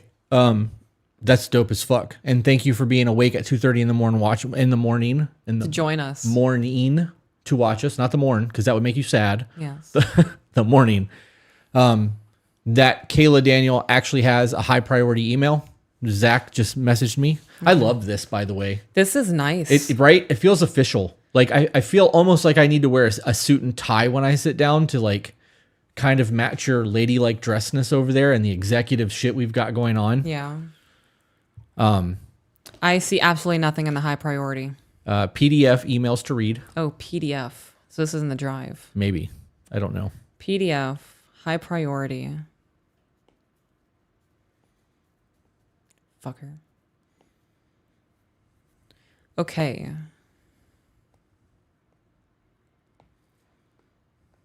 There it is.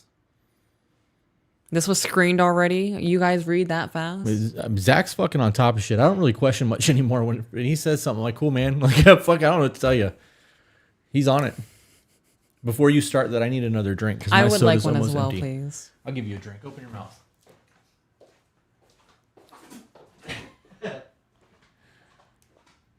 Yeah.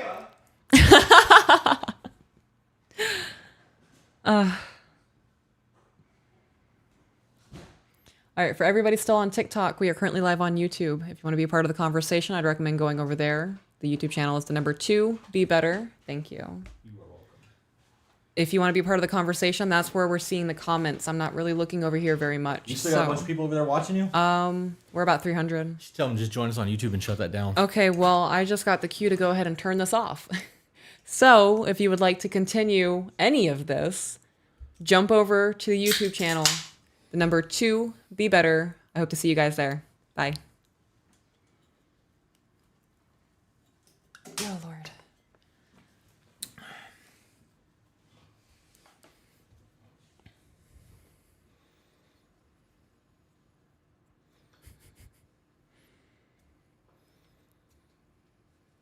Megan said, no suits. Y'all are much more approachable.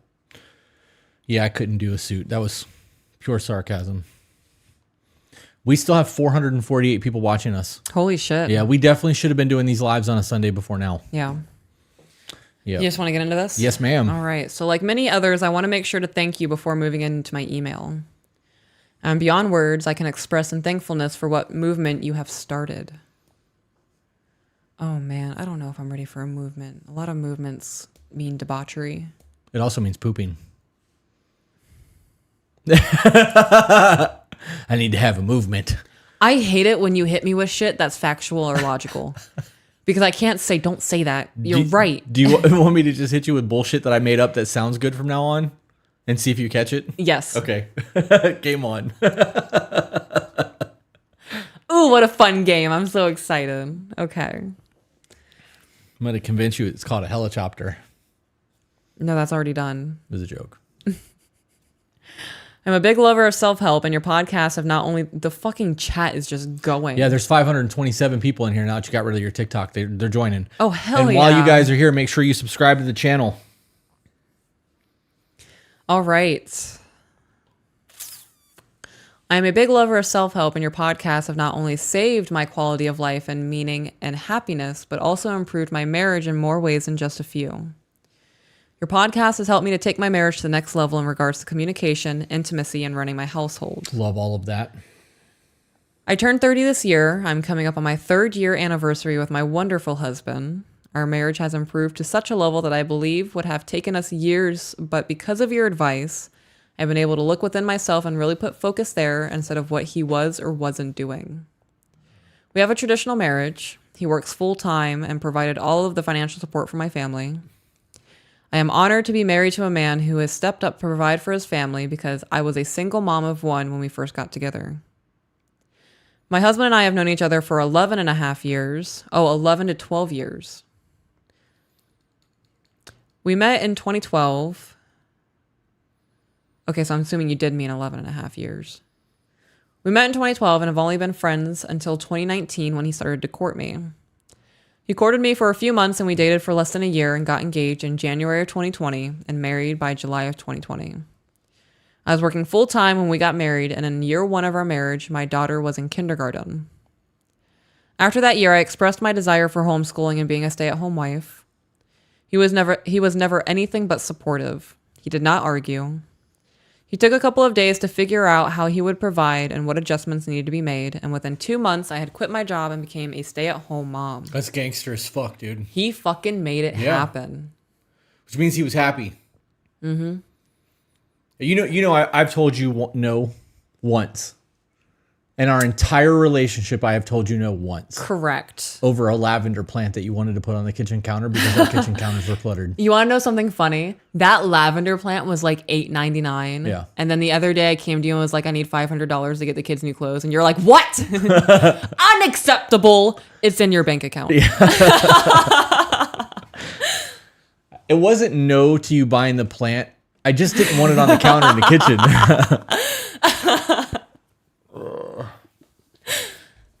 I love you. I love you too.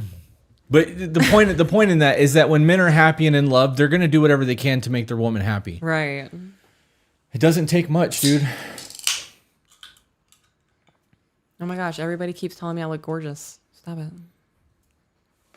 Thank you.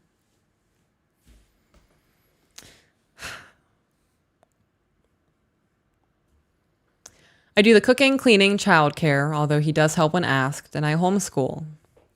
I also do part-time work at home because I love to be productive and helps me feel good about doing some work from home. That is the podcast for me.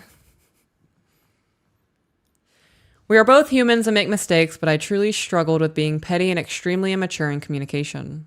That's a problem. I would hold on to things for days just to help him understand just how upset I was. I never initiated sex due to being scared of rejection, even though he has never given me a reason to feel that way. Due to your podcast, I have learned to take what my husband says for what it is instead of trying to read things in between the lines that aren't actually there. Wonder how much that's changed your relationship. I bet a ton. He tells me something and I believe it. I used to serve my children dinner first, but I love hearing how you serve him first, so I have taken that on in my family. My husband is now served first, even if we are in another's home.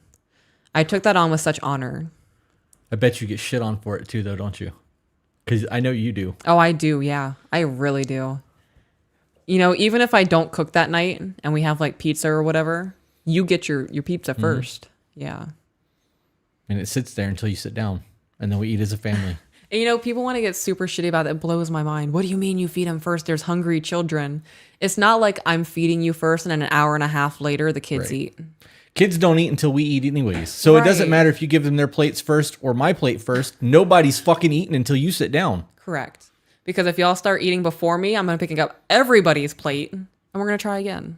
Because I just cooked this. And, you know, I used to be a server. So I will carry 3 plates on one arm. Yeah. So your plate will be in my hand to go first, and right behind your plate are the kids. Yeah. You know, you could tell I was really good at dodgeball at one point because you just missed me with that bullshit. If you can dodge a wrench, you can dodge a ball. That's funny. Typing this sentence out, I'm smiling because it was such a big step in submitting to my husband. I love my children see me serve my husband. I love explaining to my friends who are shocked why I do it, and a couple of friends have taken it on now. Uh-oh. Without getting shit on. Right. Okay. We're affecting change. It's spreading. It is. We're like a fucking plague. That's right, fuckers. We're going to be healthy here. Yeah, it's funny.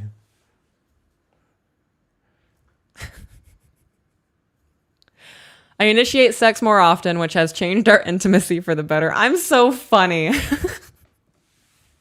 I called us a plague, like an insult, when what we are really doing, but it's spreading. Have you ever played Plague Inc? No, it's this fun little doodad on the phone that you download, and you get to create a virus or a bacteria or whatever, and your end goal is to eliminate humanity on Earth. And you have to be sneaky about it, right? So are you playing as the U.S. government? Yes. Okay, good. So like that whole don't be suspicious, right? You have to infect everybody. And if people start dying for no reason, they're going to notice you're the virus and they're going to get a cure and you lose the game. We're playing Plague Inc.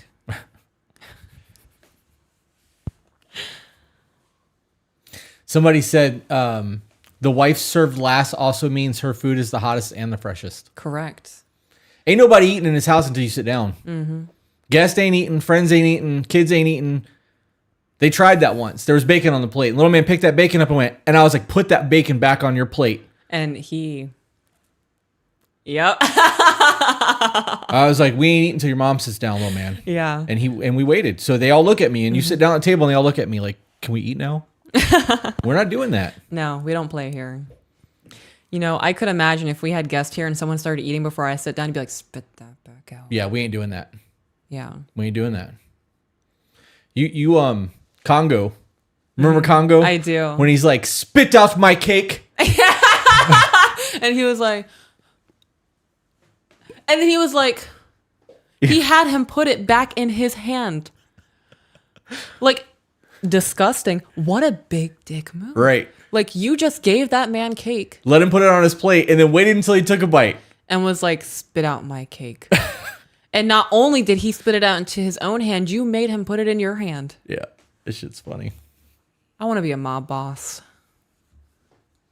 Spit out my cake! Can we do a photo shoot of me dressed up like a mob boss? If you want to get a pinstripe suit and a big hat, yeah, absolutely. Oh my God, I want to make my hair like super fluffy underneath the hat. Like, I'm almost, really just. I'm almost positive that at least 2 people I know own Tommy guns. I'm going to start looking for a pinstripe suit. Those fuckers are heavy when they're loaded. Like, good thing. Heavy. Good thing I did arms today. Email. Okay.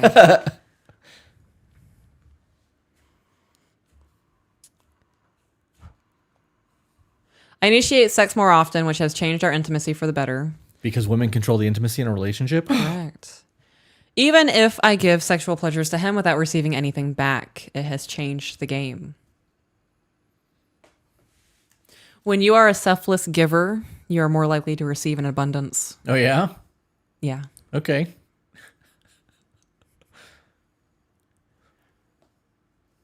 What was that? I would like to believe that I'm a selfless giver. You are. I'm just saying. And I like to think that I give back. And do I not? Are you telling me something? No.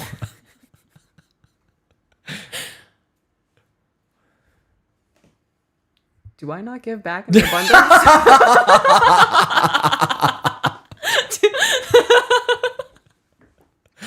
Dork. I tried the other morning.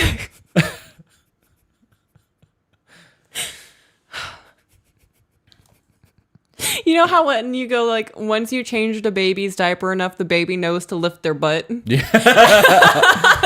Come on.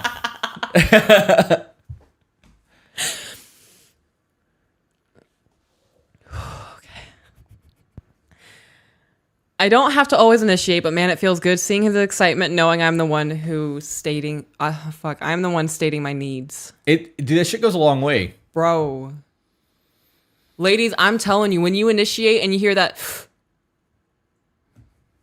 It's like the breath of life. I'm sweaty.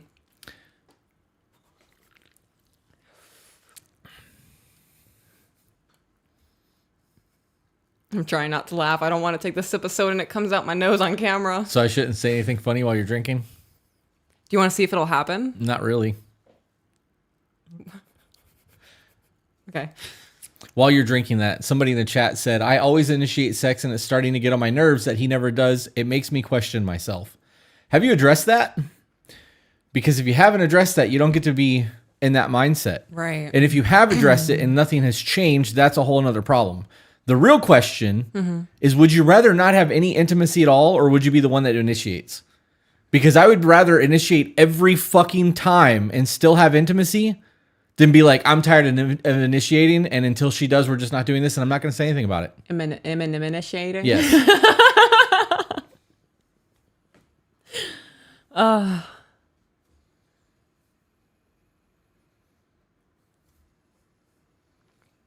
All right, back to the email.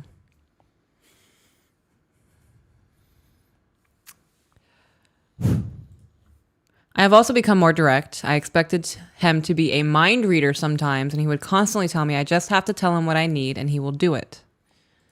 I do not know why I struggled to do that so much, or maybe I didn't believe him. However, when I decided to just use as little words as possible and be direct, it has taken our communication and connection to a whole nother level. I was getting overwhelmed way less often. He helps out. We are one happy household. I could truly write a novel for all you have done for my marriage and myself, but even though we are just starting our lifetime of marriage together, following this podcast Patreon will continue to push our marriage for the better and allow us to grow together for more years. Did you hear how she worded that? Because that matters. We just started our marriage, our life of marriage together. Correct. Now we got married, now what? Right. Like, their life is starting now. This is the starting of the chapter that goes till the end of life. It's They're fucking right. dope. What? It's the edibles. Yeah. I forgot I ate them. And we have another email to read. It'll be the last one for the night. I'm having such a good time. I'm glad. Because I'm going to put you on the bench when we're done.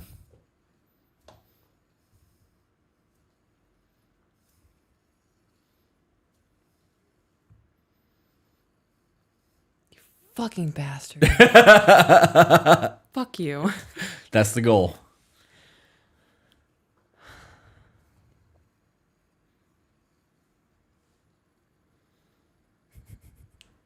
And my mind is just going, there ain't no rain on my sunny day.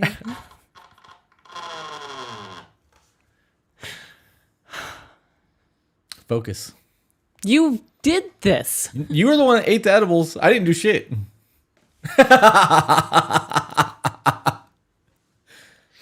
You're gaslighting me right now.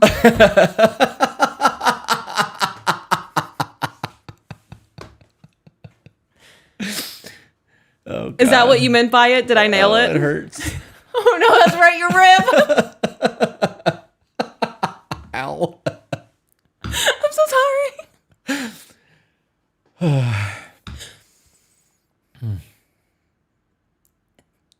Okay. Are your lungs okay? Yeah, it just hurts to breathe. Okay.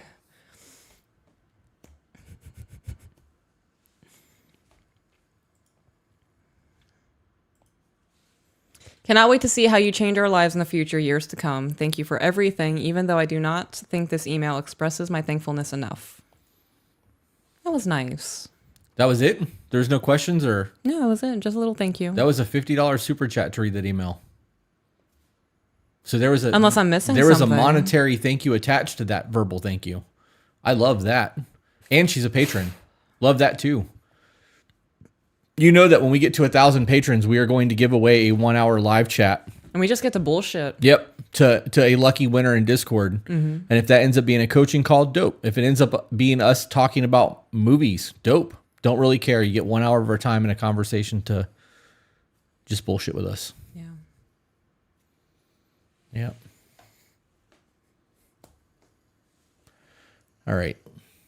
Let's see if Zach's got that. Oh, somebody said, Peaches, I love your confidence. What am I being confident about?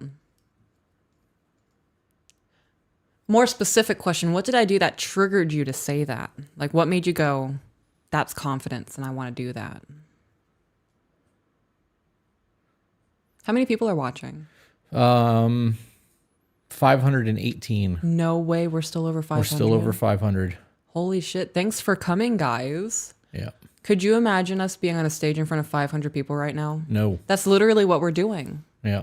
It's just cameras instead of an auditorium. We have one more email to read, but Zach is still putting it together. Okay. So we have some time to take some questions from the chat if you guys have some questions that are not super in-depth. So I want you guys to know, if we ever do a meet and greet somewhere and we're like in an auditorium, a stipulation to doing this meet and greet, you guys are going to have to sit through my own little saxophone concert. I might get Jordan there on the trumpet in the background. That's funny. Yeah.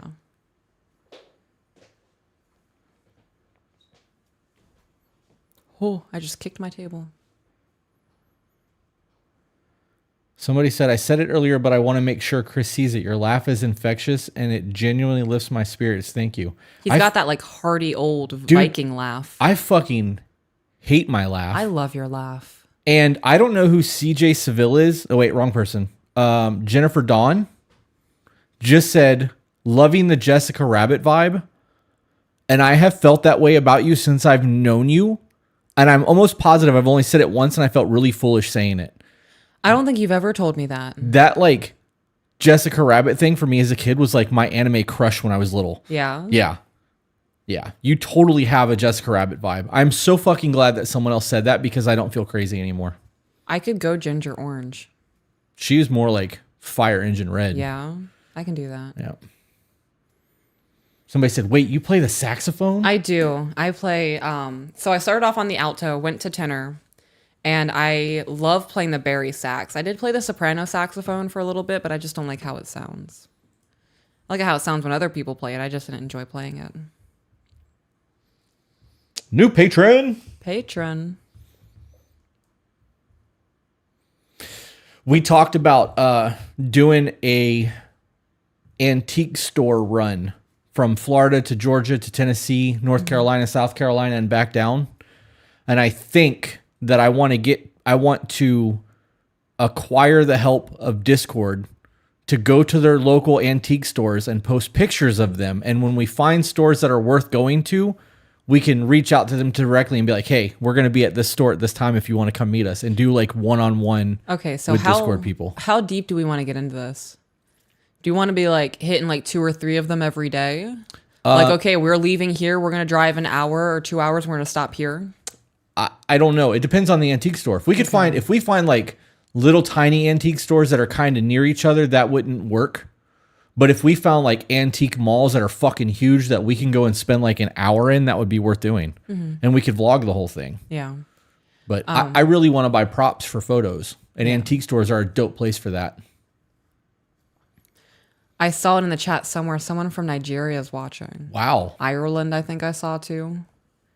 Blows my mind that we're able to reach that far. Patron. Do we get another one, really? Damn. Patron!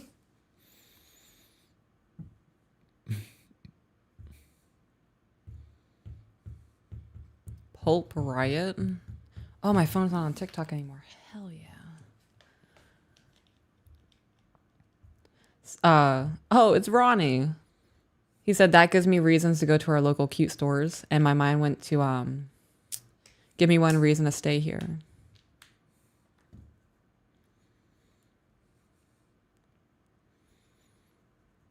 Jenna Ardito said, I'm in Canada and I would get a passport to come for a quick hey ya. There's a very strong possibility that Peaches and I are going to go to Canada when somebody in our Discord has their play done. If we're invited. Where is it at, Zeke? He said it's ready. Okay.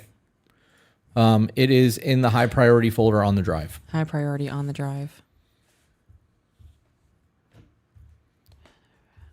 Don't want to leave you. Look up the depot in Concord, North Carolina, huge mall. Let's do that right now.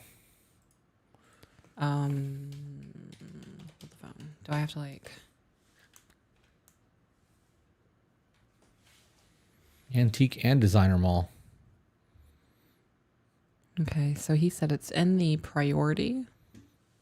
Oh no. High priority folder. High priority folder.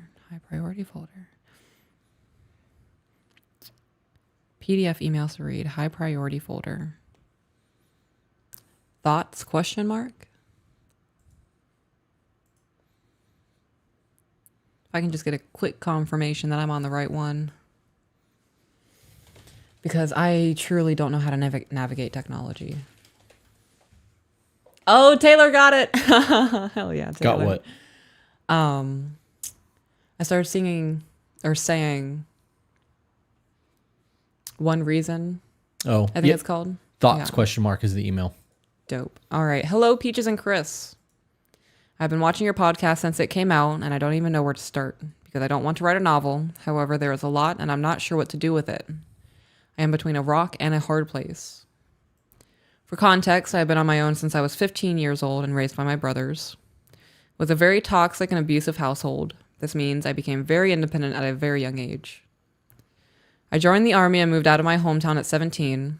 I bought my house just after I turned 20, and I've owned it for almost 2 years. Unfortunately, men, or boys in this generation, struggle with independent women.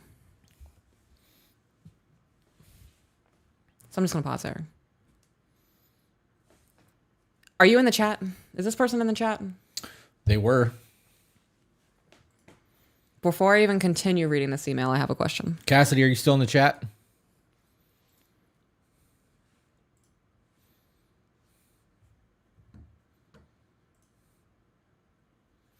Okay, well, while we're waiting on the answer, we have a $10 super chat that said, I just wanted to say, as a therapist, I thoroughly enjoy watching your guys' content. Thank you both.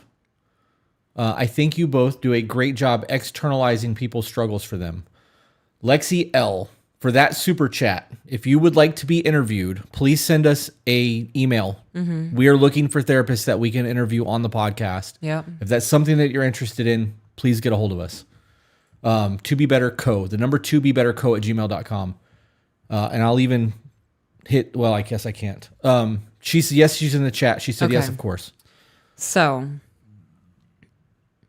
you say they struggle with independent women.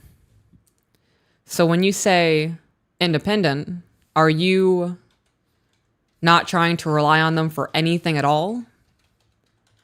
Because if that's your mindset, being in a relationship and being independent will never work. You can maintain independency as a person. Mm-hmm. You can have your own job, your own bank account, how all that works. When you're in a relationship, though, you can't see yourself as someone separate from the person that you're with. Right. Especially in like real relationships, Right, long-term like marriage type shit. Yeah. Yep.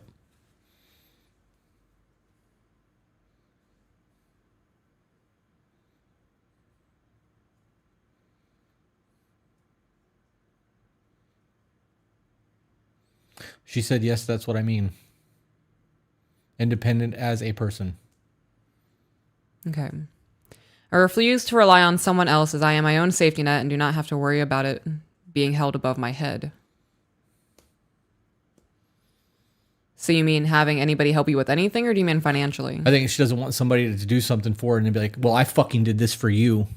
Because that's a very common thing in manipulator type situations. Okay, so if you treat everybody like they're going to treat you like that, you're never going to be able to get in a good relationship. I agree. You know, I concur. That's also dependent on who you choose to interact with. If you are choosing people who tend to hold things over your head, you should take a step back and say, okay, clearly I'm not interacting with the right people. I need to reevaluate, remap, and retry. Yep.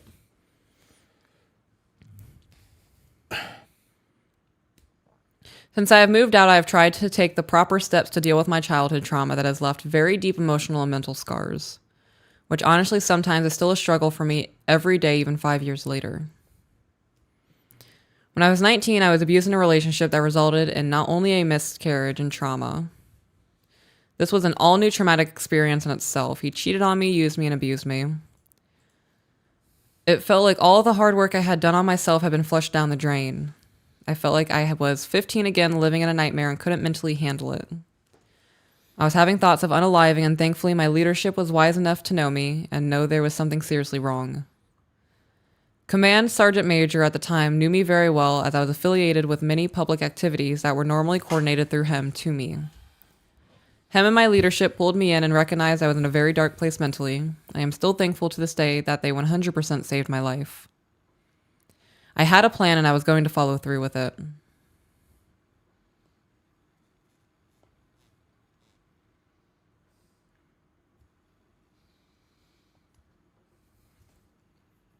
Okay, I'm processing.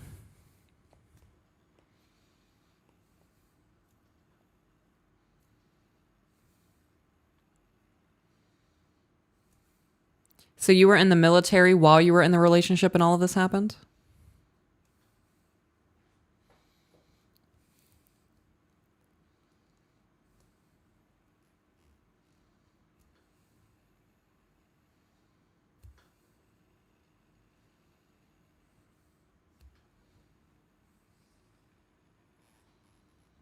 Oh my god, we're up to almost 700 in the in the Discord, okay.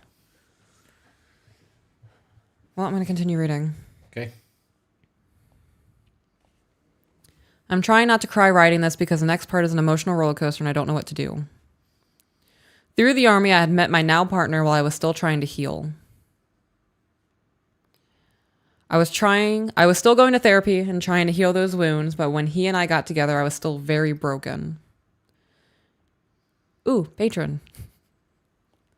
He would have to poke and prod to get what was wrong, because... Is everything okay? Yep. Okay. Multiple things at once. He would have to poke and prod to get to what was wrong, because I felt like he would use it against me. I hated myself. Okay, so she's still in the military. Right.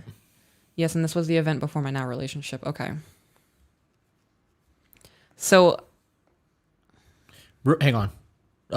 Zach, is it possible when we do these, is it possible to set up a temporary access point for our Discord so that when we ask questions, we can ask them, like I could just type them out real quick and get an immediate answer instead of waiting? Because of the lag. Because the lag sucks ass. Mm-hmm. Okay. That would be dope.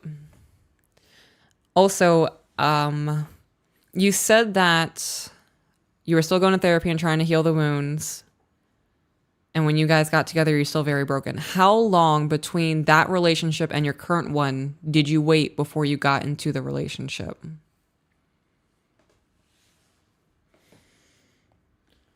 One night, I locked myself in my bathroom crying because I hated the way I looked in a bathing suit and cut it off. I'm not fat, I just hated my body. Once he got me to come out, he just held me and let me cry. I knew at that moment he was going to be gentle to me. I know my previous wounds were very much impacting my relationship, so I worked hard every day to be able to show him unconditional love and try to heal myself in my relationship. She said not long enough. I should have waited longer. Okay, but did you wait 2 months? Was it 6 months? Was it a year?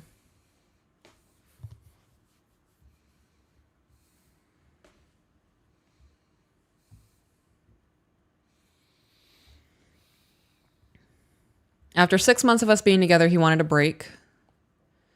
It was between January 14th and February 14th. At this time, we were both going through a lot and we both felt it was necessary. After a month, he called me and said, I love you, and we talk every day, I want you, so we decided to get back together. Okay, 7 months. All right, so you were on your own for 7 months, got with him.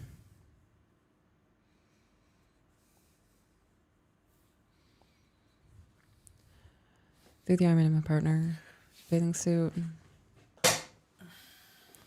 Okay, so 6 months into the relationship, you guys took a 1 month break. So at that point, you were 13 months into trying to heal from your previous trauma. So just for perspective, not only are you now trying to heal everything that just happened to you, you are also focusing on the fact that you are damaging another person while you're trying to heal through this, and is adding another layer of guilt and anxiety and a new, what's the word I'm looking for?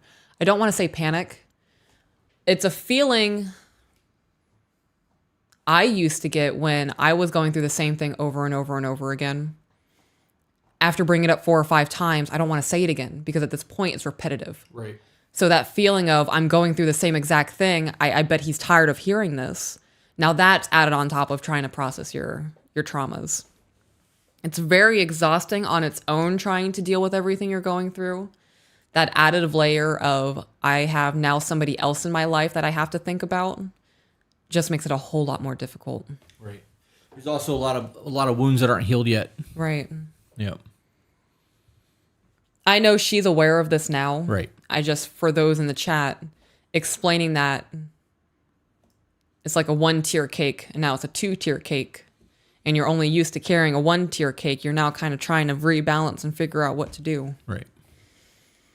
So they decided to get back together, but this is where it took a turn for the worst. We got back together and split. We got back together and spent plenty of quality time together before he was going to be deployed overseas in the April of 2022. My mind was taking spent and plenty and making it splinty.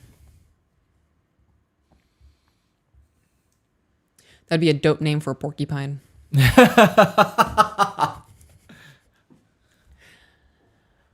I had left 5 days before him to go to a promotion school in Mississippi. My partner was in Texas at pre-mobilization, and I was still in Mississippi when I found out I was pregnant. I had about 1 week left of my school and was extremely sick through the last week of the course. My drive that only took me 16 hours before took me 25 hours on the way back because I was so sick. Only 1 week after I'd gotten home in April of 2022, I found out on his birthday, May 1st, he cheated on me from the time we got back together in February to the time I left in March. I was so broken, I was pregnant with his child and going to be alone for all of it.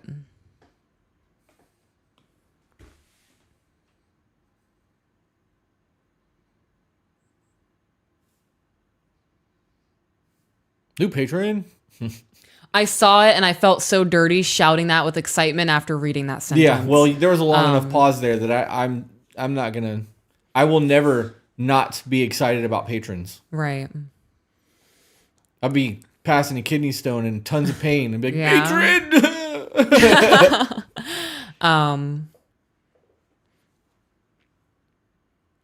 I'm processing. I want to know what makes someone go, yeah, this is a good idea. You guys are already broken up. And he comes to you and says, I love you, I want to be with you. While he's already with somebody else. What? I don't understand. Yeah, well, she didn't know, so she found out afterwards. Right, but from what it sounds like, he wasn't that person in the first half. So was this like a revenge thing?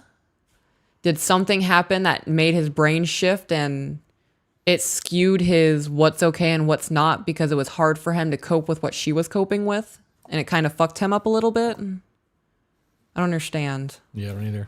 She said I had no clue.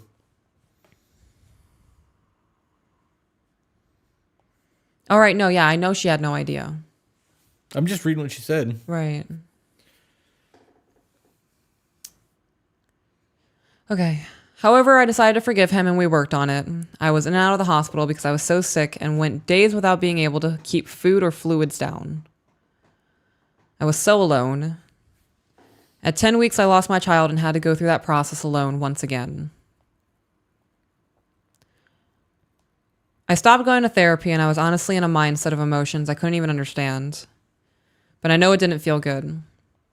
And the one person that was so gentle to me, I didn't think that I would have to experience this.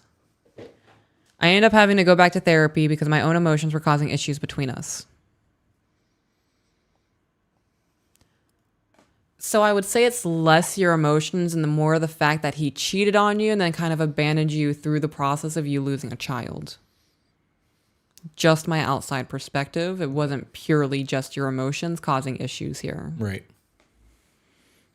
She said he said that he was bored. And that's why he cheated? And she said I had no clue what to do with that information. You know what you do with that information? You take it and you leave because you deserve better than that. You were bored, so you went and you cheated on me and defaced our whole relationship that we've built together. Right. Because you were bored. You fucking play tic-tac-toe when you're bored. You have a phone with access to millions of games. How about you take a nap? Yeah? Oh, you were bored?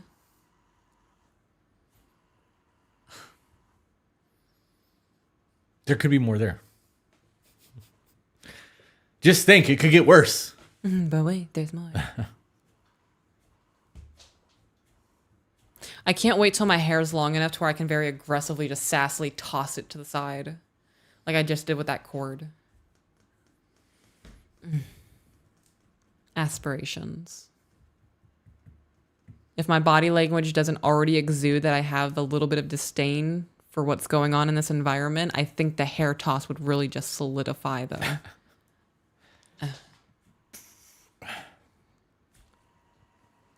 Now he is back home and completely different. I am struggling. He's been home since February. And since he has returned home, I have felt like I am not good enough and I am nothing but a burden in his life. So I'm going to ask you a question. Is it just now in this time frame of him coming home that you feel like you're not good enough, or was that happening prior? I would put money on the fact that when you found out that he cheated on you, that would really start the not good enough feeling for me. Yeah, that would create a whole bunch of problems. Right. For somebody that already struggles with self-image and like self-worth and has been in that low spot, that doesn't take much to send somebody like that spiraling.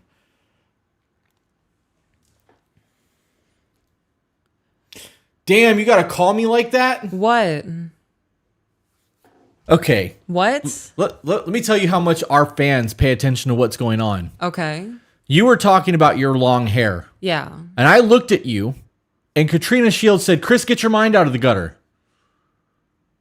The whole time you were talking about your long hair, all I could think of is going, yeah, because it'd be really easy to wrap my hand around it when you're in front of me bent over. Yeah. And I was going through it mentally, and I wasn't going to fucking say nothing. I was just having my thoughts in silence over here. Nice little me, having my fucking thoughts.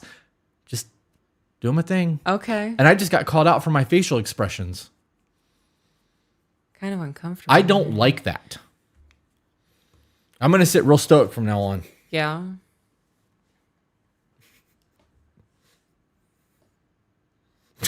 I can't.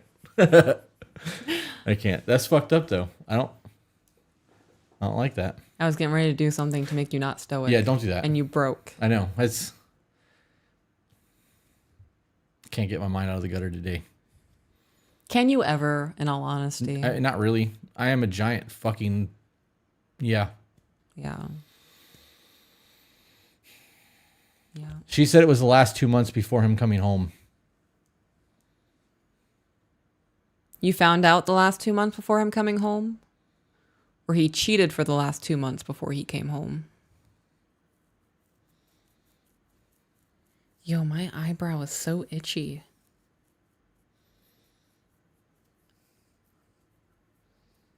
You know, I never think about my eyebrows as being like actual hair, like my head hair. Because, you know, like sometimes I get a little itch back there. It makes sense that eyebrows would get itchy like that. Do your eyebrows get itchy? What eyebrows? You have eyebrows. You just don't have the hair. Because I shave it. Does it get itchy? I mean, my skin gets itchy from time to time. Huh. She said, no, he was different, much different than before. Okay. I try to communicate my feelings. Oh, did I just skip something? Okay. At one point, I did not bring up the past, even though I forgave. I did not forget. And it was a huge problem for a long time. I have since worked on me to not bring up the past and continue on. So that's not how that works. Well, I mean, if he's stopped and he's changed and he's shown her that he's changed, Yeah. that would be the natural progression of getting over things. I was about to say there has to be that, though. Right. If it was just, I cheated on you, I won't do it again, get over it. Yeah. no That's not thanks. how that works. Clarification, please. Oh, no, it's here. I try to communicate my feelings and he tells me he does not want to deal with my bullshit, nor does he want to hear it. That's a problem. So That tells you everything that you need to know about your relationship. So- Just that. I'm just going to skim ahead.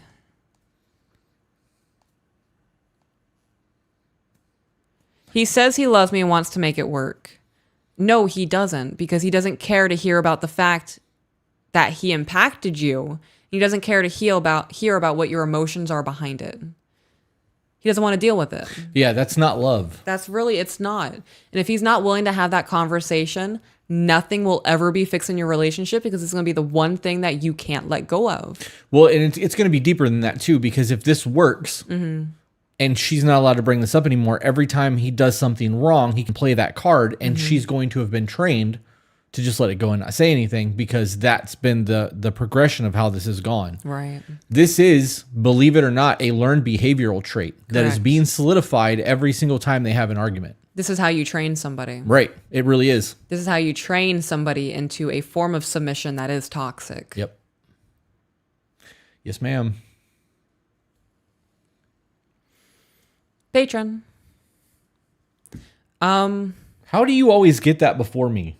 Because I actually look at my phone. I bet it's a delay to your Oh, watch. you're probably right. Patron! I'm going to be honest. I don't know if I want to read much more of this email because nothing will ever be solved if he can't handle that conversation with you about your feelings and how him cheating affected you. Yeah. We should get through the email anyways. We paid Okay. for it, so.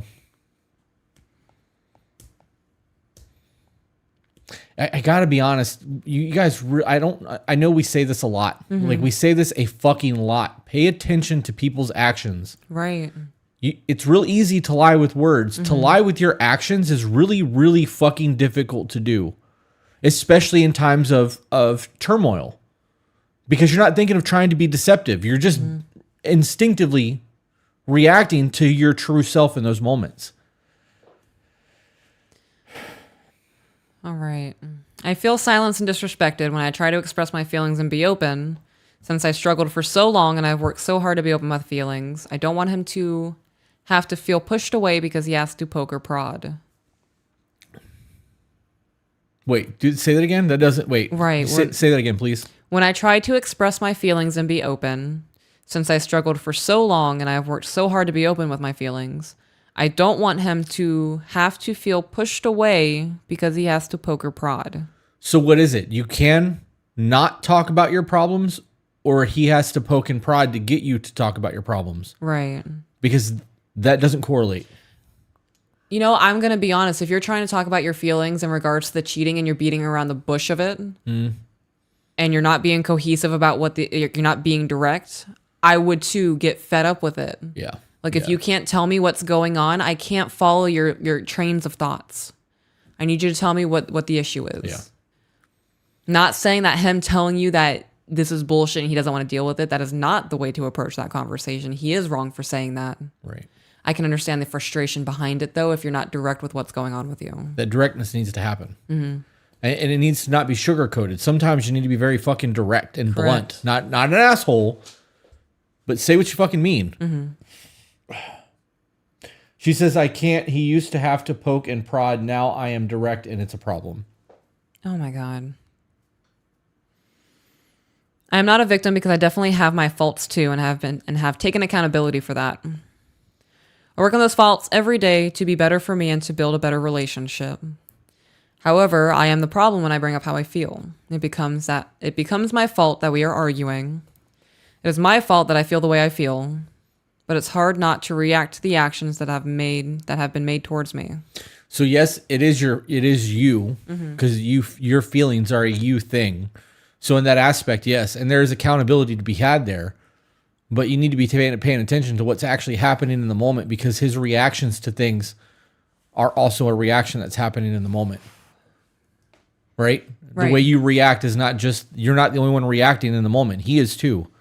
You know, it could also be, he might be holding some type of resentment or animosity, a negativity bias towards you because of how you acted in the beginning. You know, if you were really as not well as you were saying you were, you might have really put him through the ringer on a lot of shit. Yeah, but that doesn't excuse the leaving her during a miscarriage and fucking I didn't say cheating that. on her. I know, but there's I don't Right. I guess I just don't see that situation that way. I see this more along the lines as he did something wrong and he doesn't feel guilty about it and he doesn't see the reason to talk about it.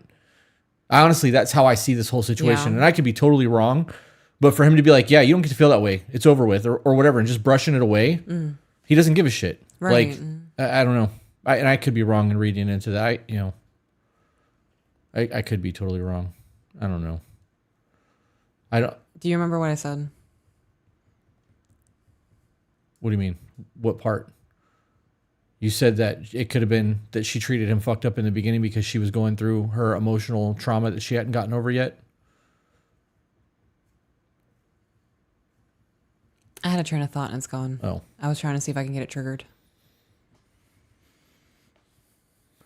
She said I was very distant in the beginning, but he showed me how gentle and he showed me how gentles, and I saw how gentle he was, and I opened up. Okay. Patron. This is bullshit. It's really that delayed. I just got it. Yeah. Do you want me to let you do every other one? Do you want me to just not say anything? No, it's fine. I will just tag along and be like, patron. Patron!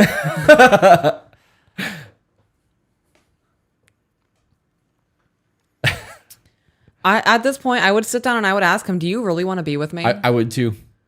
I would too. In all honesty, like, I don't know what time it is where you guys are. After this, I would get him and I'd be like, look, we need to sit down and have a conversation. Yep. I want to be with you and I want to make this work. And I feel like you are very hostile towards me.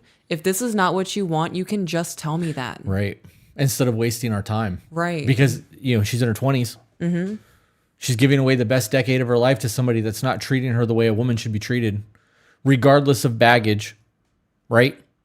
You don't treat people that way. Right. You don't invalidate somebody's emotional response to things, even if you think it's fucking stupid. They have the right to feel what they're feeling. Mm-hmm. And if they're telling you that you did something to make them feel that way, even if you don't agree with it, you should at least listen to what they have to say. Not shut it down and fucking... Right. You know what I mean? Patron. I was going to let you do that. That was... that was a reflex and I apologize. You don't have to apologize for that. I'm digging the fact that we're getting so many patrons. I think that you need to look at the check-in videos. Yeah. And you need to send him the check-in video and be like, we need to implement this because I feel like there's a shift happening in our relationship and we really need to fucking talk and figure this out. Yeah. And there's a PDF. Let's see. Nope, it's not on that one. Downloads. Was that the right code or the right thing? Did that work? Nope. It's not downloads. Is it download? Oh, it's merch. Ha! Excuse me.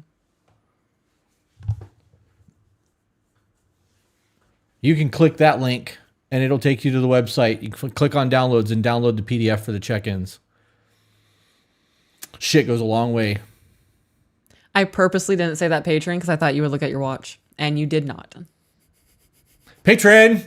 I was trying to do the thing. be beneficial over here. I fucking hate it. If you guys put that on my grave, I'm gonna lose my fucking mind. That won't happen. Thank you.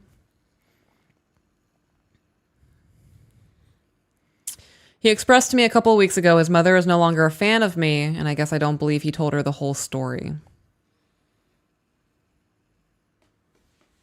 Say that again. A couple of weeks ago, he expressed to me a couple of weeks ago his mother is no longer a fan of me, and I guess I don't believe that he told her the whole story. So at this point, he has already created a mega negativity bias. A mega negativity bias of his mom against you. The likelihood of that ever being reversed is probably pretty slim. Yeah. You know that in any scenario where somebody's mother doesn't like you, It means you were either really disrespectful to them or the person is running their mouth to their mom. Right. And I think the second half is a lot more likely than the first half. Yeah. Yeah, no. I'm going to be honest. If I was in a relationship where their parents knew so much about what was going on that they hated me and never even met me, it's a problem. Yeah. And it's purely because of the fucking negativity bias created by the other person. Yeah. I'm not a fan of this situation. I'm not either. Though I don't appreciate his parents having input on a relationship. Period. Yeah. Did it say how long they were together? Like how long it's been total? No. Cassidy, how long have you guys been together total? All right. I've tried to remain calm and work on my frustration and anger. We used to have deep conversations before bed and talk about so many things. When I try to do this, now he gets mad for questioning him when we are in bed. Oh, we have been together for 1 year and 7 months. Okay, well, I just did a you. If I had to just shut up and let you read. Could you imagine, real shit, could you imagine if we didn't talk to each other in bed anymore? No. That is like the prime time conversation for us. Yeah, that's when I'm more delirious and funny. It's not even that. Right, I know that was a joke. In some cases, you are. But that intimate time where we're laying in bed and just talking about our day with no disruptions, not really watching TV, just fucking enjoying our life together, that means something to me. Me too. And to think that that could one day be a thing, like, why are you questioning me? I was just trying to talk to you. Like, That would devastate me. we're Like, alone in the dark, being intimate. yeah, I'm going to be honest. If I rolled over and tried to talk to you and you said, don't question me in bed, I would look at you and be like, what the fuck? Yeah, Like, why would you talk to me like that? right. I don't get it. That would hurt my feelings. Negativity is now a word. Yeah. Negativity. She said it hurts me so bad. Yeah, I can imagine. So, okay, look, let's be real, right? You're 1 year and 7 months in. You're not married. In the grand scheme of things, that's nothing in terms of time.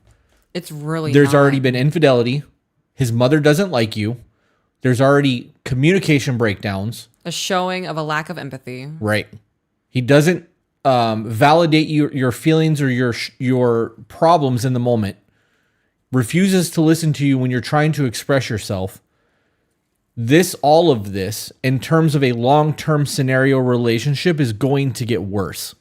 Because you're not even past the 2-year obsession phase yet.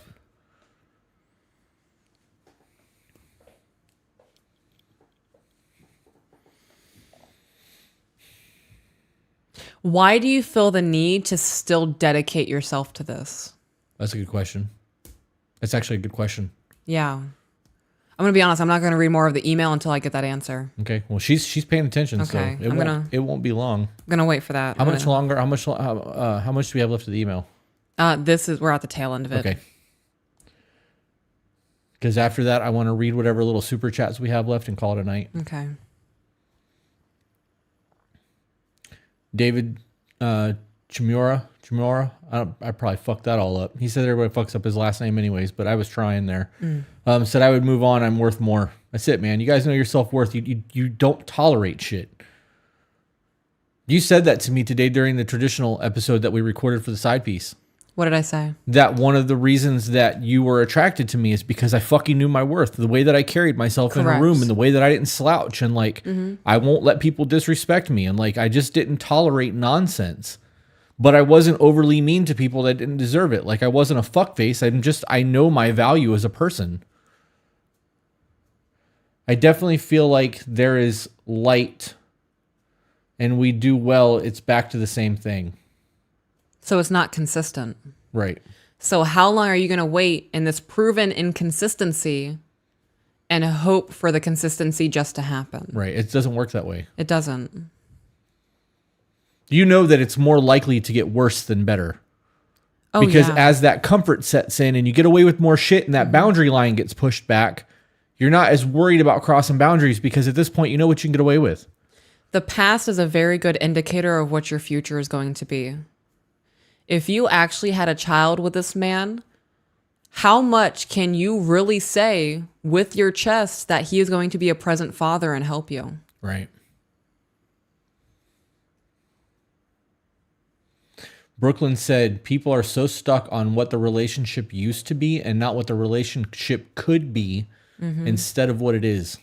I'm sorry, and what the relationship could be instead of what it is.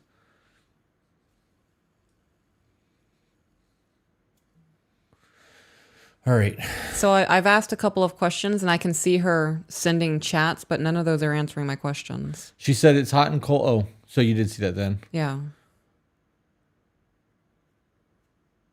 I don't let him walk all over me. And when I set my boundaries and I approach it correctly, it's wrong. So I'm going to ask again, why are you dedicating yourself to this Right. when there is a proven inconsistency? Jennifer Dawn said it will absolutely get worse. Allie said it's an endless cycle is what I understand.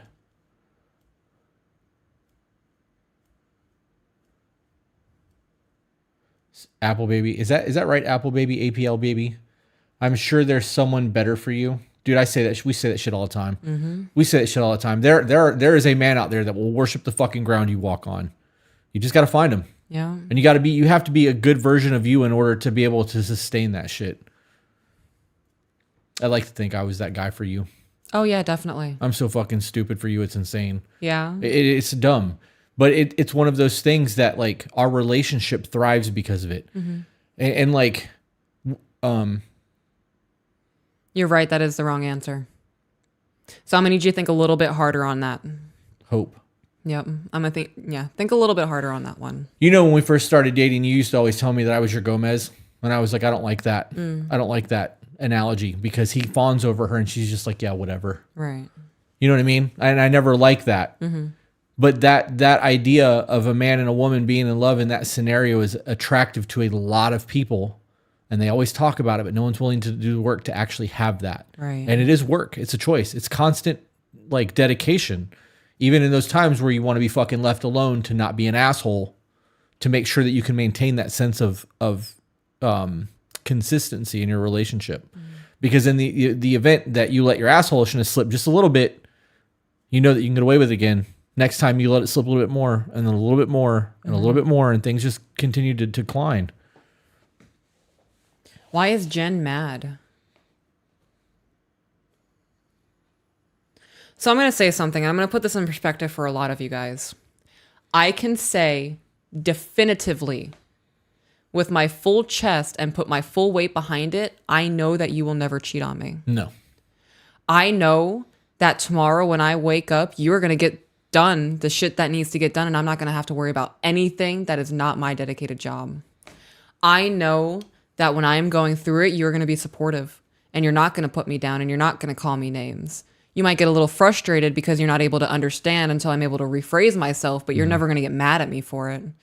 I know for a fact that you will never put my emotions to the side. I know that I am a constant priority to you, and when I am not okay, you are not okay. I know for a fact that divorce is not an option for you. I know that no matter what, that you and I are going to be okay on the other side of anything that is going to happen because we have dedicated ourselves to each other. If you cannot say definitively that you know that your man or your woman is by your side and will not cheat on you and that you do have full trust in them, what are you doing? Yeah, I agree with that. You know, in everything that you just said, I was thinking of like where my shortcomings are. And I got to be honest, in everything that we've got going on, my biggest flaw is that when you cry, I have a very hard time when you're in tears. Yeah. And it's hard for me to be in the room or to like be overly cuddly or to embrace you when you need it because it makes me feel fucked up. Like it's something that I have never gotten over from my childhood, whatever you want to call it. Right. You can call it an excuse if that's what you want to call it, but I am working on it. But that I think is my biggest shortcoming in everything that we've got going on in our lives. And if that is my biggest flaw, I'm fucking blessed. that's all that matters to me. Because when you really think about it, how often am I in a state where I do need you to hold me while I'm crying? Not often. It's very rare where I'm like, I fucking need this. Right. But when you've come to me and be like, I need you to hold me right now. You do. I do. Because you're telling me that that's what you need. It's not me trying to guess is this the right time to try to coddle you. Right. So I don't mean to cut that short. She said, he gave me more than I have ever had in the beginning. Right. You keep going back to the beginning. He is showing you who he is now. You need to stop defaulting, to the beginning. In the beginning, he did this. In the beginning, he did that. In the beginning, he made me feel loved. How do you feel right now in this moment? Right. She said it's hard because how can you give me that and then rip it away like that? He gave you falsity. Yes. He was He put his putting- best foot forward. Right. To try to land you. And then once he got you, he showed you who he really was. Mm-hmm. You guys got to pay attention to that shit. It's a manipulation tactic.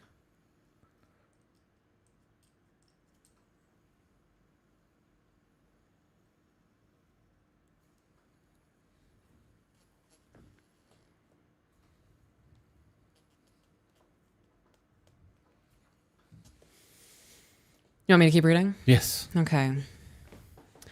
I still have yet to meet his kids. When he goes out with his friends or friends and family get-togethers, I am not treated as a partner because I am never invited. I feel like he is ashamed of me and I've done nothing but love him. I do not let him walk all over me, and when I try to make him communicate, the only thing he resorts to is, I feel like you're not happy. You don't have to tell me you feel like I'm not happy. I'm telling you I'm not happy. Right. I've made that abundantly clear. And that would be my response to that. You don't have to assume I'm not happy. This is me telling you I am not happy in our relationship. Yep. So what are you going to do with that information? I got to be honest, there would have to be a whole lot of change for me to stick around in this situation. Me too. Last shirt we made said love is not enough. It is not. It really is not. Yesterday, I asked him what I could do to meet his needs. He deflected and said, you're always trying to argue. What? Hey, babe, how can I make you happy? Stop trying to fucking argue with me.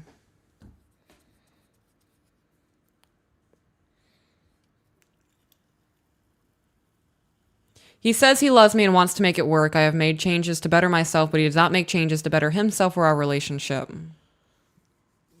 How do I approach this and what do I do? He says he loves me. He doesn't want to lose me. And he wants to make it work, but I just don't know. I'm doing my best and I feel like I'm failing. I appreciate any feedback. Thank you guys very much. He's failing you in every aspect of your relationship right now.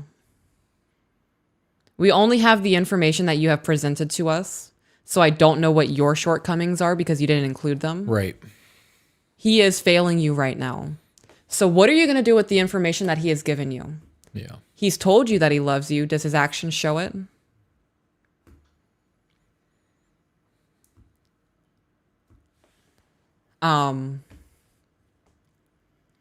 If this were me in this situation, the first thing I would do was sit down and have that conversation of what the fuck are we doing? Do you want to be with me? You tell me that you love me. Your actions do not show me that. Right. So do you really want to be with me or am I just a placeholder in your life right now? Until something better comes along. Because it sounds like a bookmark. It really does. And depending on how that conversation goes, if he continues to deflect and says, I don't want to have this conversation, or he starts hitting you with, you're too emotional, you're just trying to argue, I would pack a bag. In the middle of that conversation, I would say, okay, I hear you. I am hearing what you were telling me. I would pack my shit and I would leave.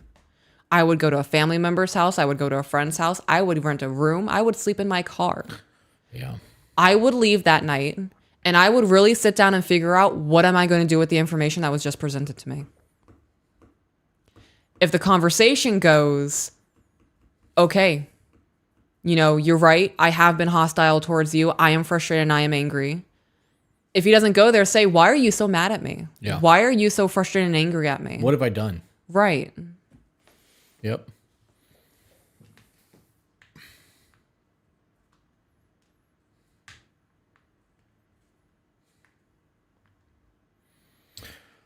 Yep.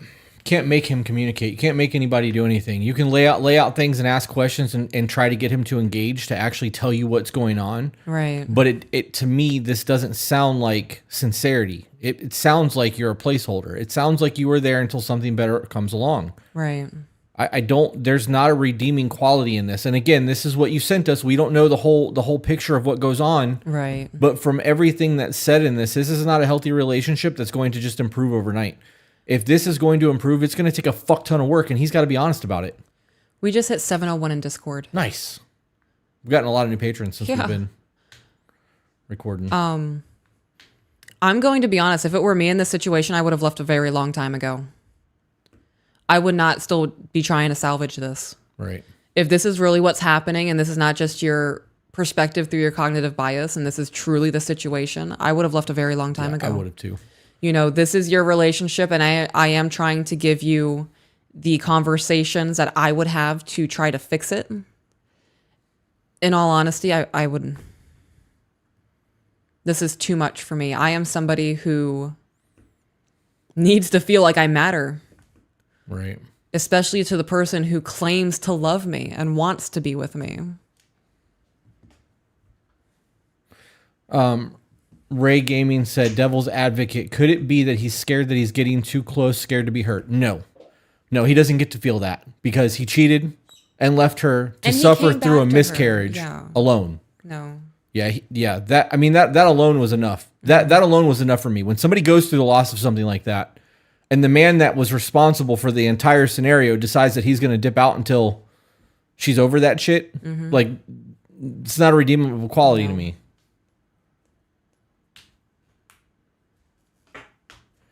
Yep. She says, detrimental to how I feel day to day. I appreciate everything you guys have said. I really appreciate the feedback. You need to really have a sit down conversation with him and lay everything out on the line, and you need to set a boundary. And if he doesn't fucking step up and start making changes, you need to bounce. Yeah. You've already wasted 1 year and 7 months of your life. Do you want to waste another 2 or 3 years? You're and give young up some too. of the best years of your fucking life when you could be building a foundation with somebody that actually has, integrity?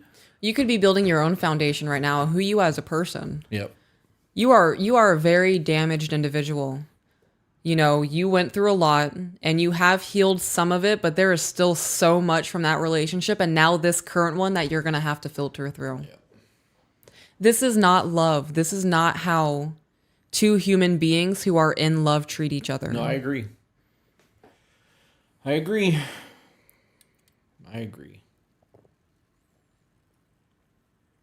Let's read those last little super chats. Let's see here. Lauren McShane for $20 said, you guys are awesome. When will we be dropping more shirts? We will be doing the Ego Kills Talent t-shirt, and that shirt drop will be June 15th. Correct. We will announce the time during our live stream that night because that's a Thursday, right? Or a Wednesday. Thursday? It's a Thursday. Kay Fricker said, thank you for being open about this dynamic. Your content helps my partner, and I regulate BPD. Is also part. It helps me take accountability. Thank you. It's a rough one. I'm glad that you're taking accountability because that's hard to do when you have borderline. It really is. Dangerous Little Devil sent a $2 super chat, which actually put her at the top of the leaderboard tonight for donations sent. Ooh. Says, tomorrow I don't have work, so I'm trail running. I don't know about running because we know how I feel about runners if you've seen that episode. I love running. Did that episode drop yet? I don't know. That might actually be tomorrow. Why would you ask me that? I think that's tomorrow. What episode? I don't remember what episode that was on. I think that was episode 23. Or 24? 24, I don't know. I think that drops tomorrow. You're really putting me on the spot right now, and it's really showing how much I don't keep track of anything. You don't have to, babe. You don't have to. It's my job. You're my tracker, and the tracker doesn't know what's happening. Well, that's because we're so far ahead. If that is tomorrow's episode, that shit's funny. Yeah. I just saw someone ask whose handprint is on my hand. So these are my son's handprints. He was born at 27 weeks. And one day, he was 12 weeks early. And he was the tiniest little thing. And I wanted to get his hands on top of my hands.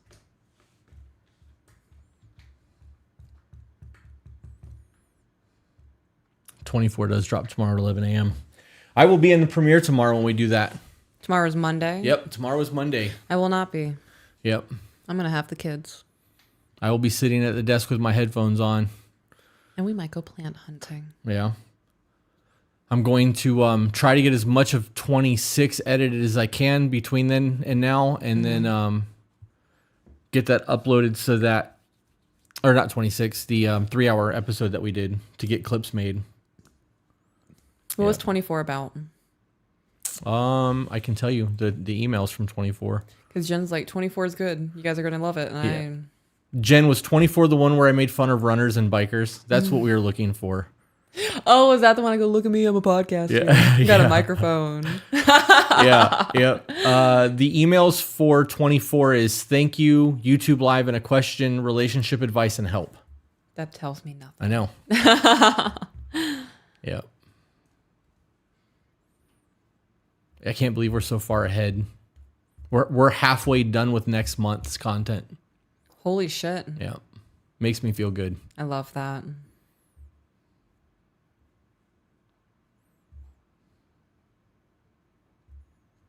What are we at right now in the chat? 381. Oh, we went down a little bit. Yep. I'm actually I'm ready to kind of call it a night, guys. So if anybody has any last minute supers or last minute questions you want to throw at us, now's the time to do it. But we are not getting into any more emails tonight. No. Because it is 10 p.m. This is actually why I didn't want to do the men's group chat tonight.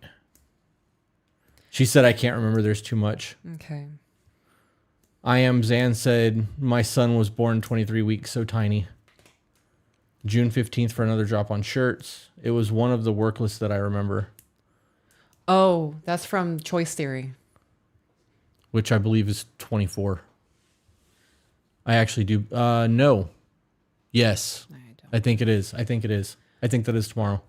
Just going to throw this out there for you guys, for everyone who's joining Patreon to go to the Discord. We do not accept friend requests on Discord. Yeah, no, we don't do that. We don't do friend requests. We don't do private direct messages.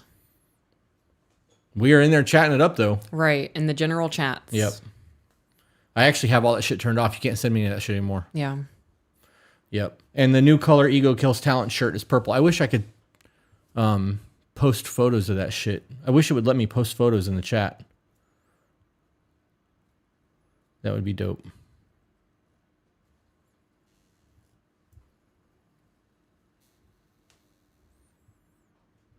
How'd you get so damn built, boss? Who are you talking about? Probably you and your muscles. I don't see that. Fucking Hulk. Do you guys accept emails on single people with family issues that mess with dating life? Yes, we do. We do. We accept all emails. We just ask that you don't send us anything that's heavy DV, heavy SA, or child abuse. We don't want to read about that shit. Mm-hmm. And we ask that you use punctuation and proofread. For fuck's sake, proofread your email before you send it. Mm-hmm. You're welcome, David. I actually saw it. You messaged us earlier on, I think that was you. I don't fucking know. Was that you that messaged us earlier on Patreon? I saw it in passing and I didn't respond to it because I was busy as shit. Yep, it was.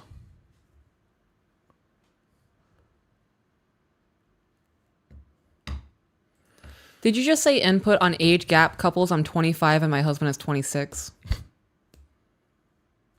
You fucking with me? Angela said, can you screen share, Chris? You could show people that way. I actually could do that, but the Ego Kills Talent logo is on my other computer. I don't have any of my... Oh, she meant 36. Okay. He's 36 and 25. We are an age gap relationship, so I think that's pretty self-explanatory. Mm-hmm. L. Margaret said, I got to talking with my dad about you guys, and now he's obsessed as I am. I'm sure he'd be watching right now if he wasn't on vacation. I love that. Me too.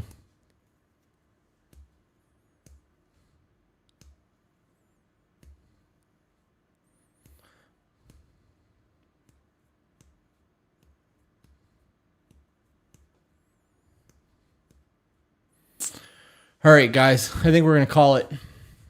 We will be doing this again next Sunday. We will be. So in the event that you want us to live read your email, you can go to our website, tobebetter.co, and fill out the document. When I get the email from the document saying that you filled it out, I will respond back to you and let you know how to submit payment. And if you want us to do an individual recording without being live, we can do that. Or it will get read next Sunday night. Oh, she's literally just about to sign off and got a super chat. Toby knows my last relationship was 5 years ago, ended terribly. I've been on a healing adventure since trying to find myself, but I think I'm ready to get back into dating. Any tips to break out of a solo mindset? Find friends and fucking start there. Yes.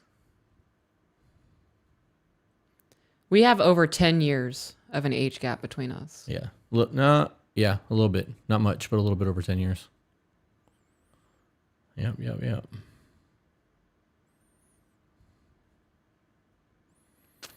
Have a good night, guys. Yep. Yeah, we are going to sign off as well. With that being said, we will see you guys on the next one. Farewell.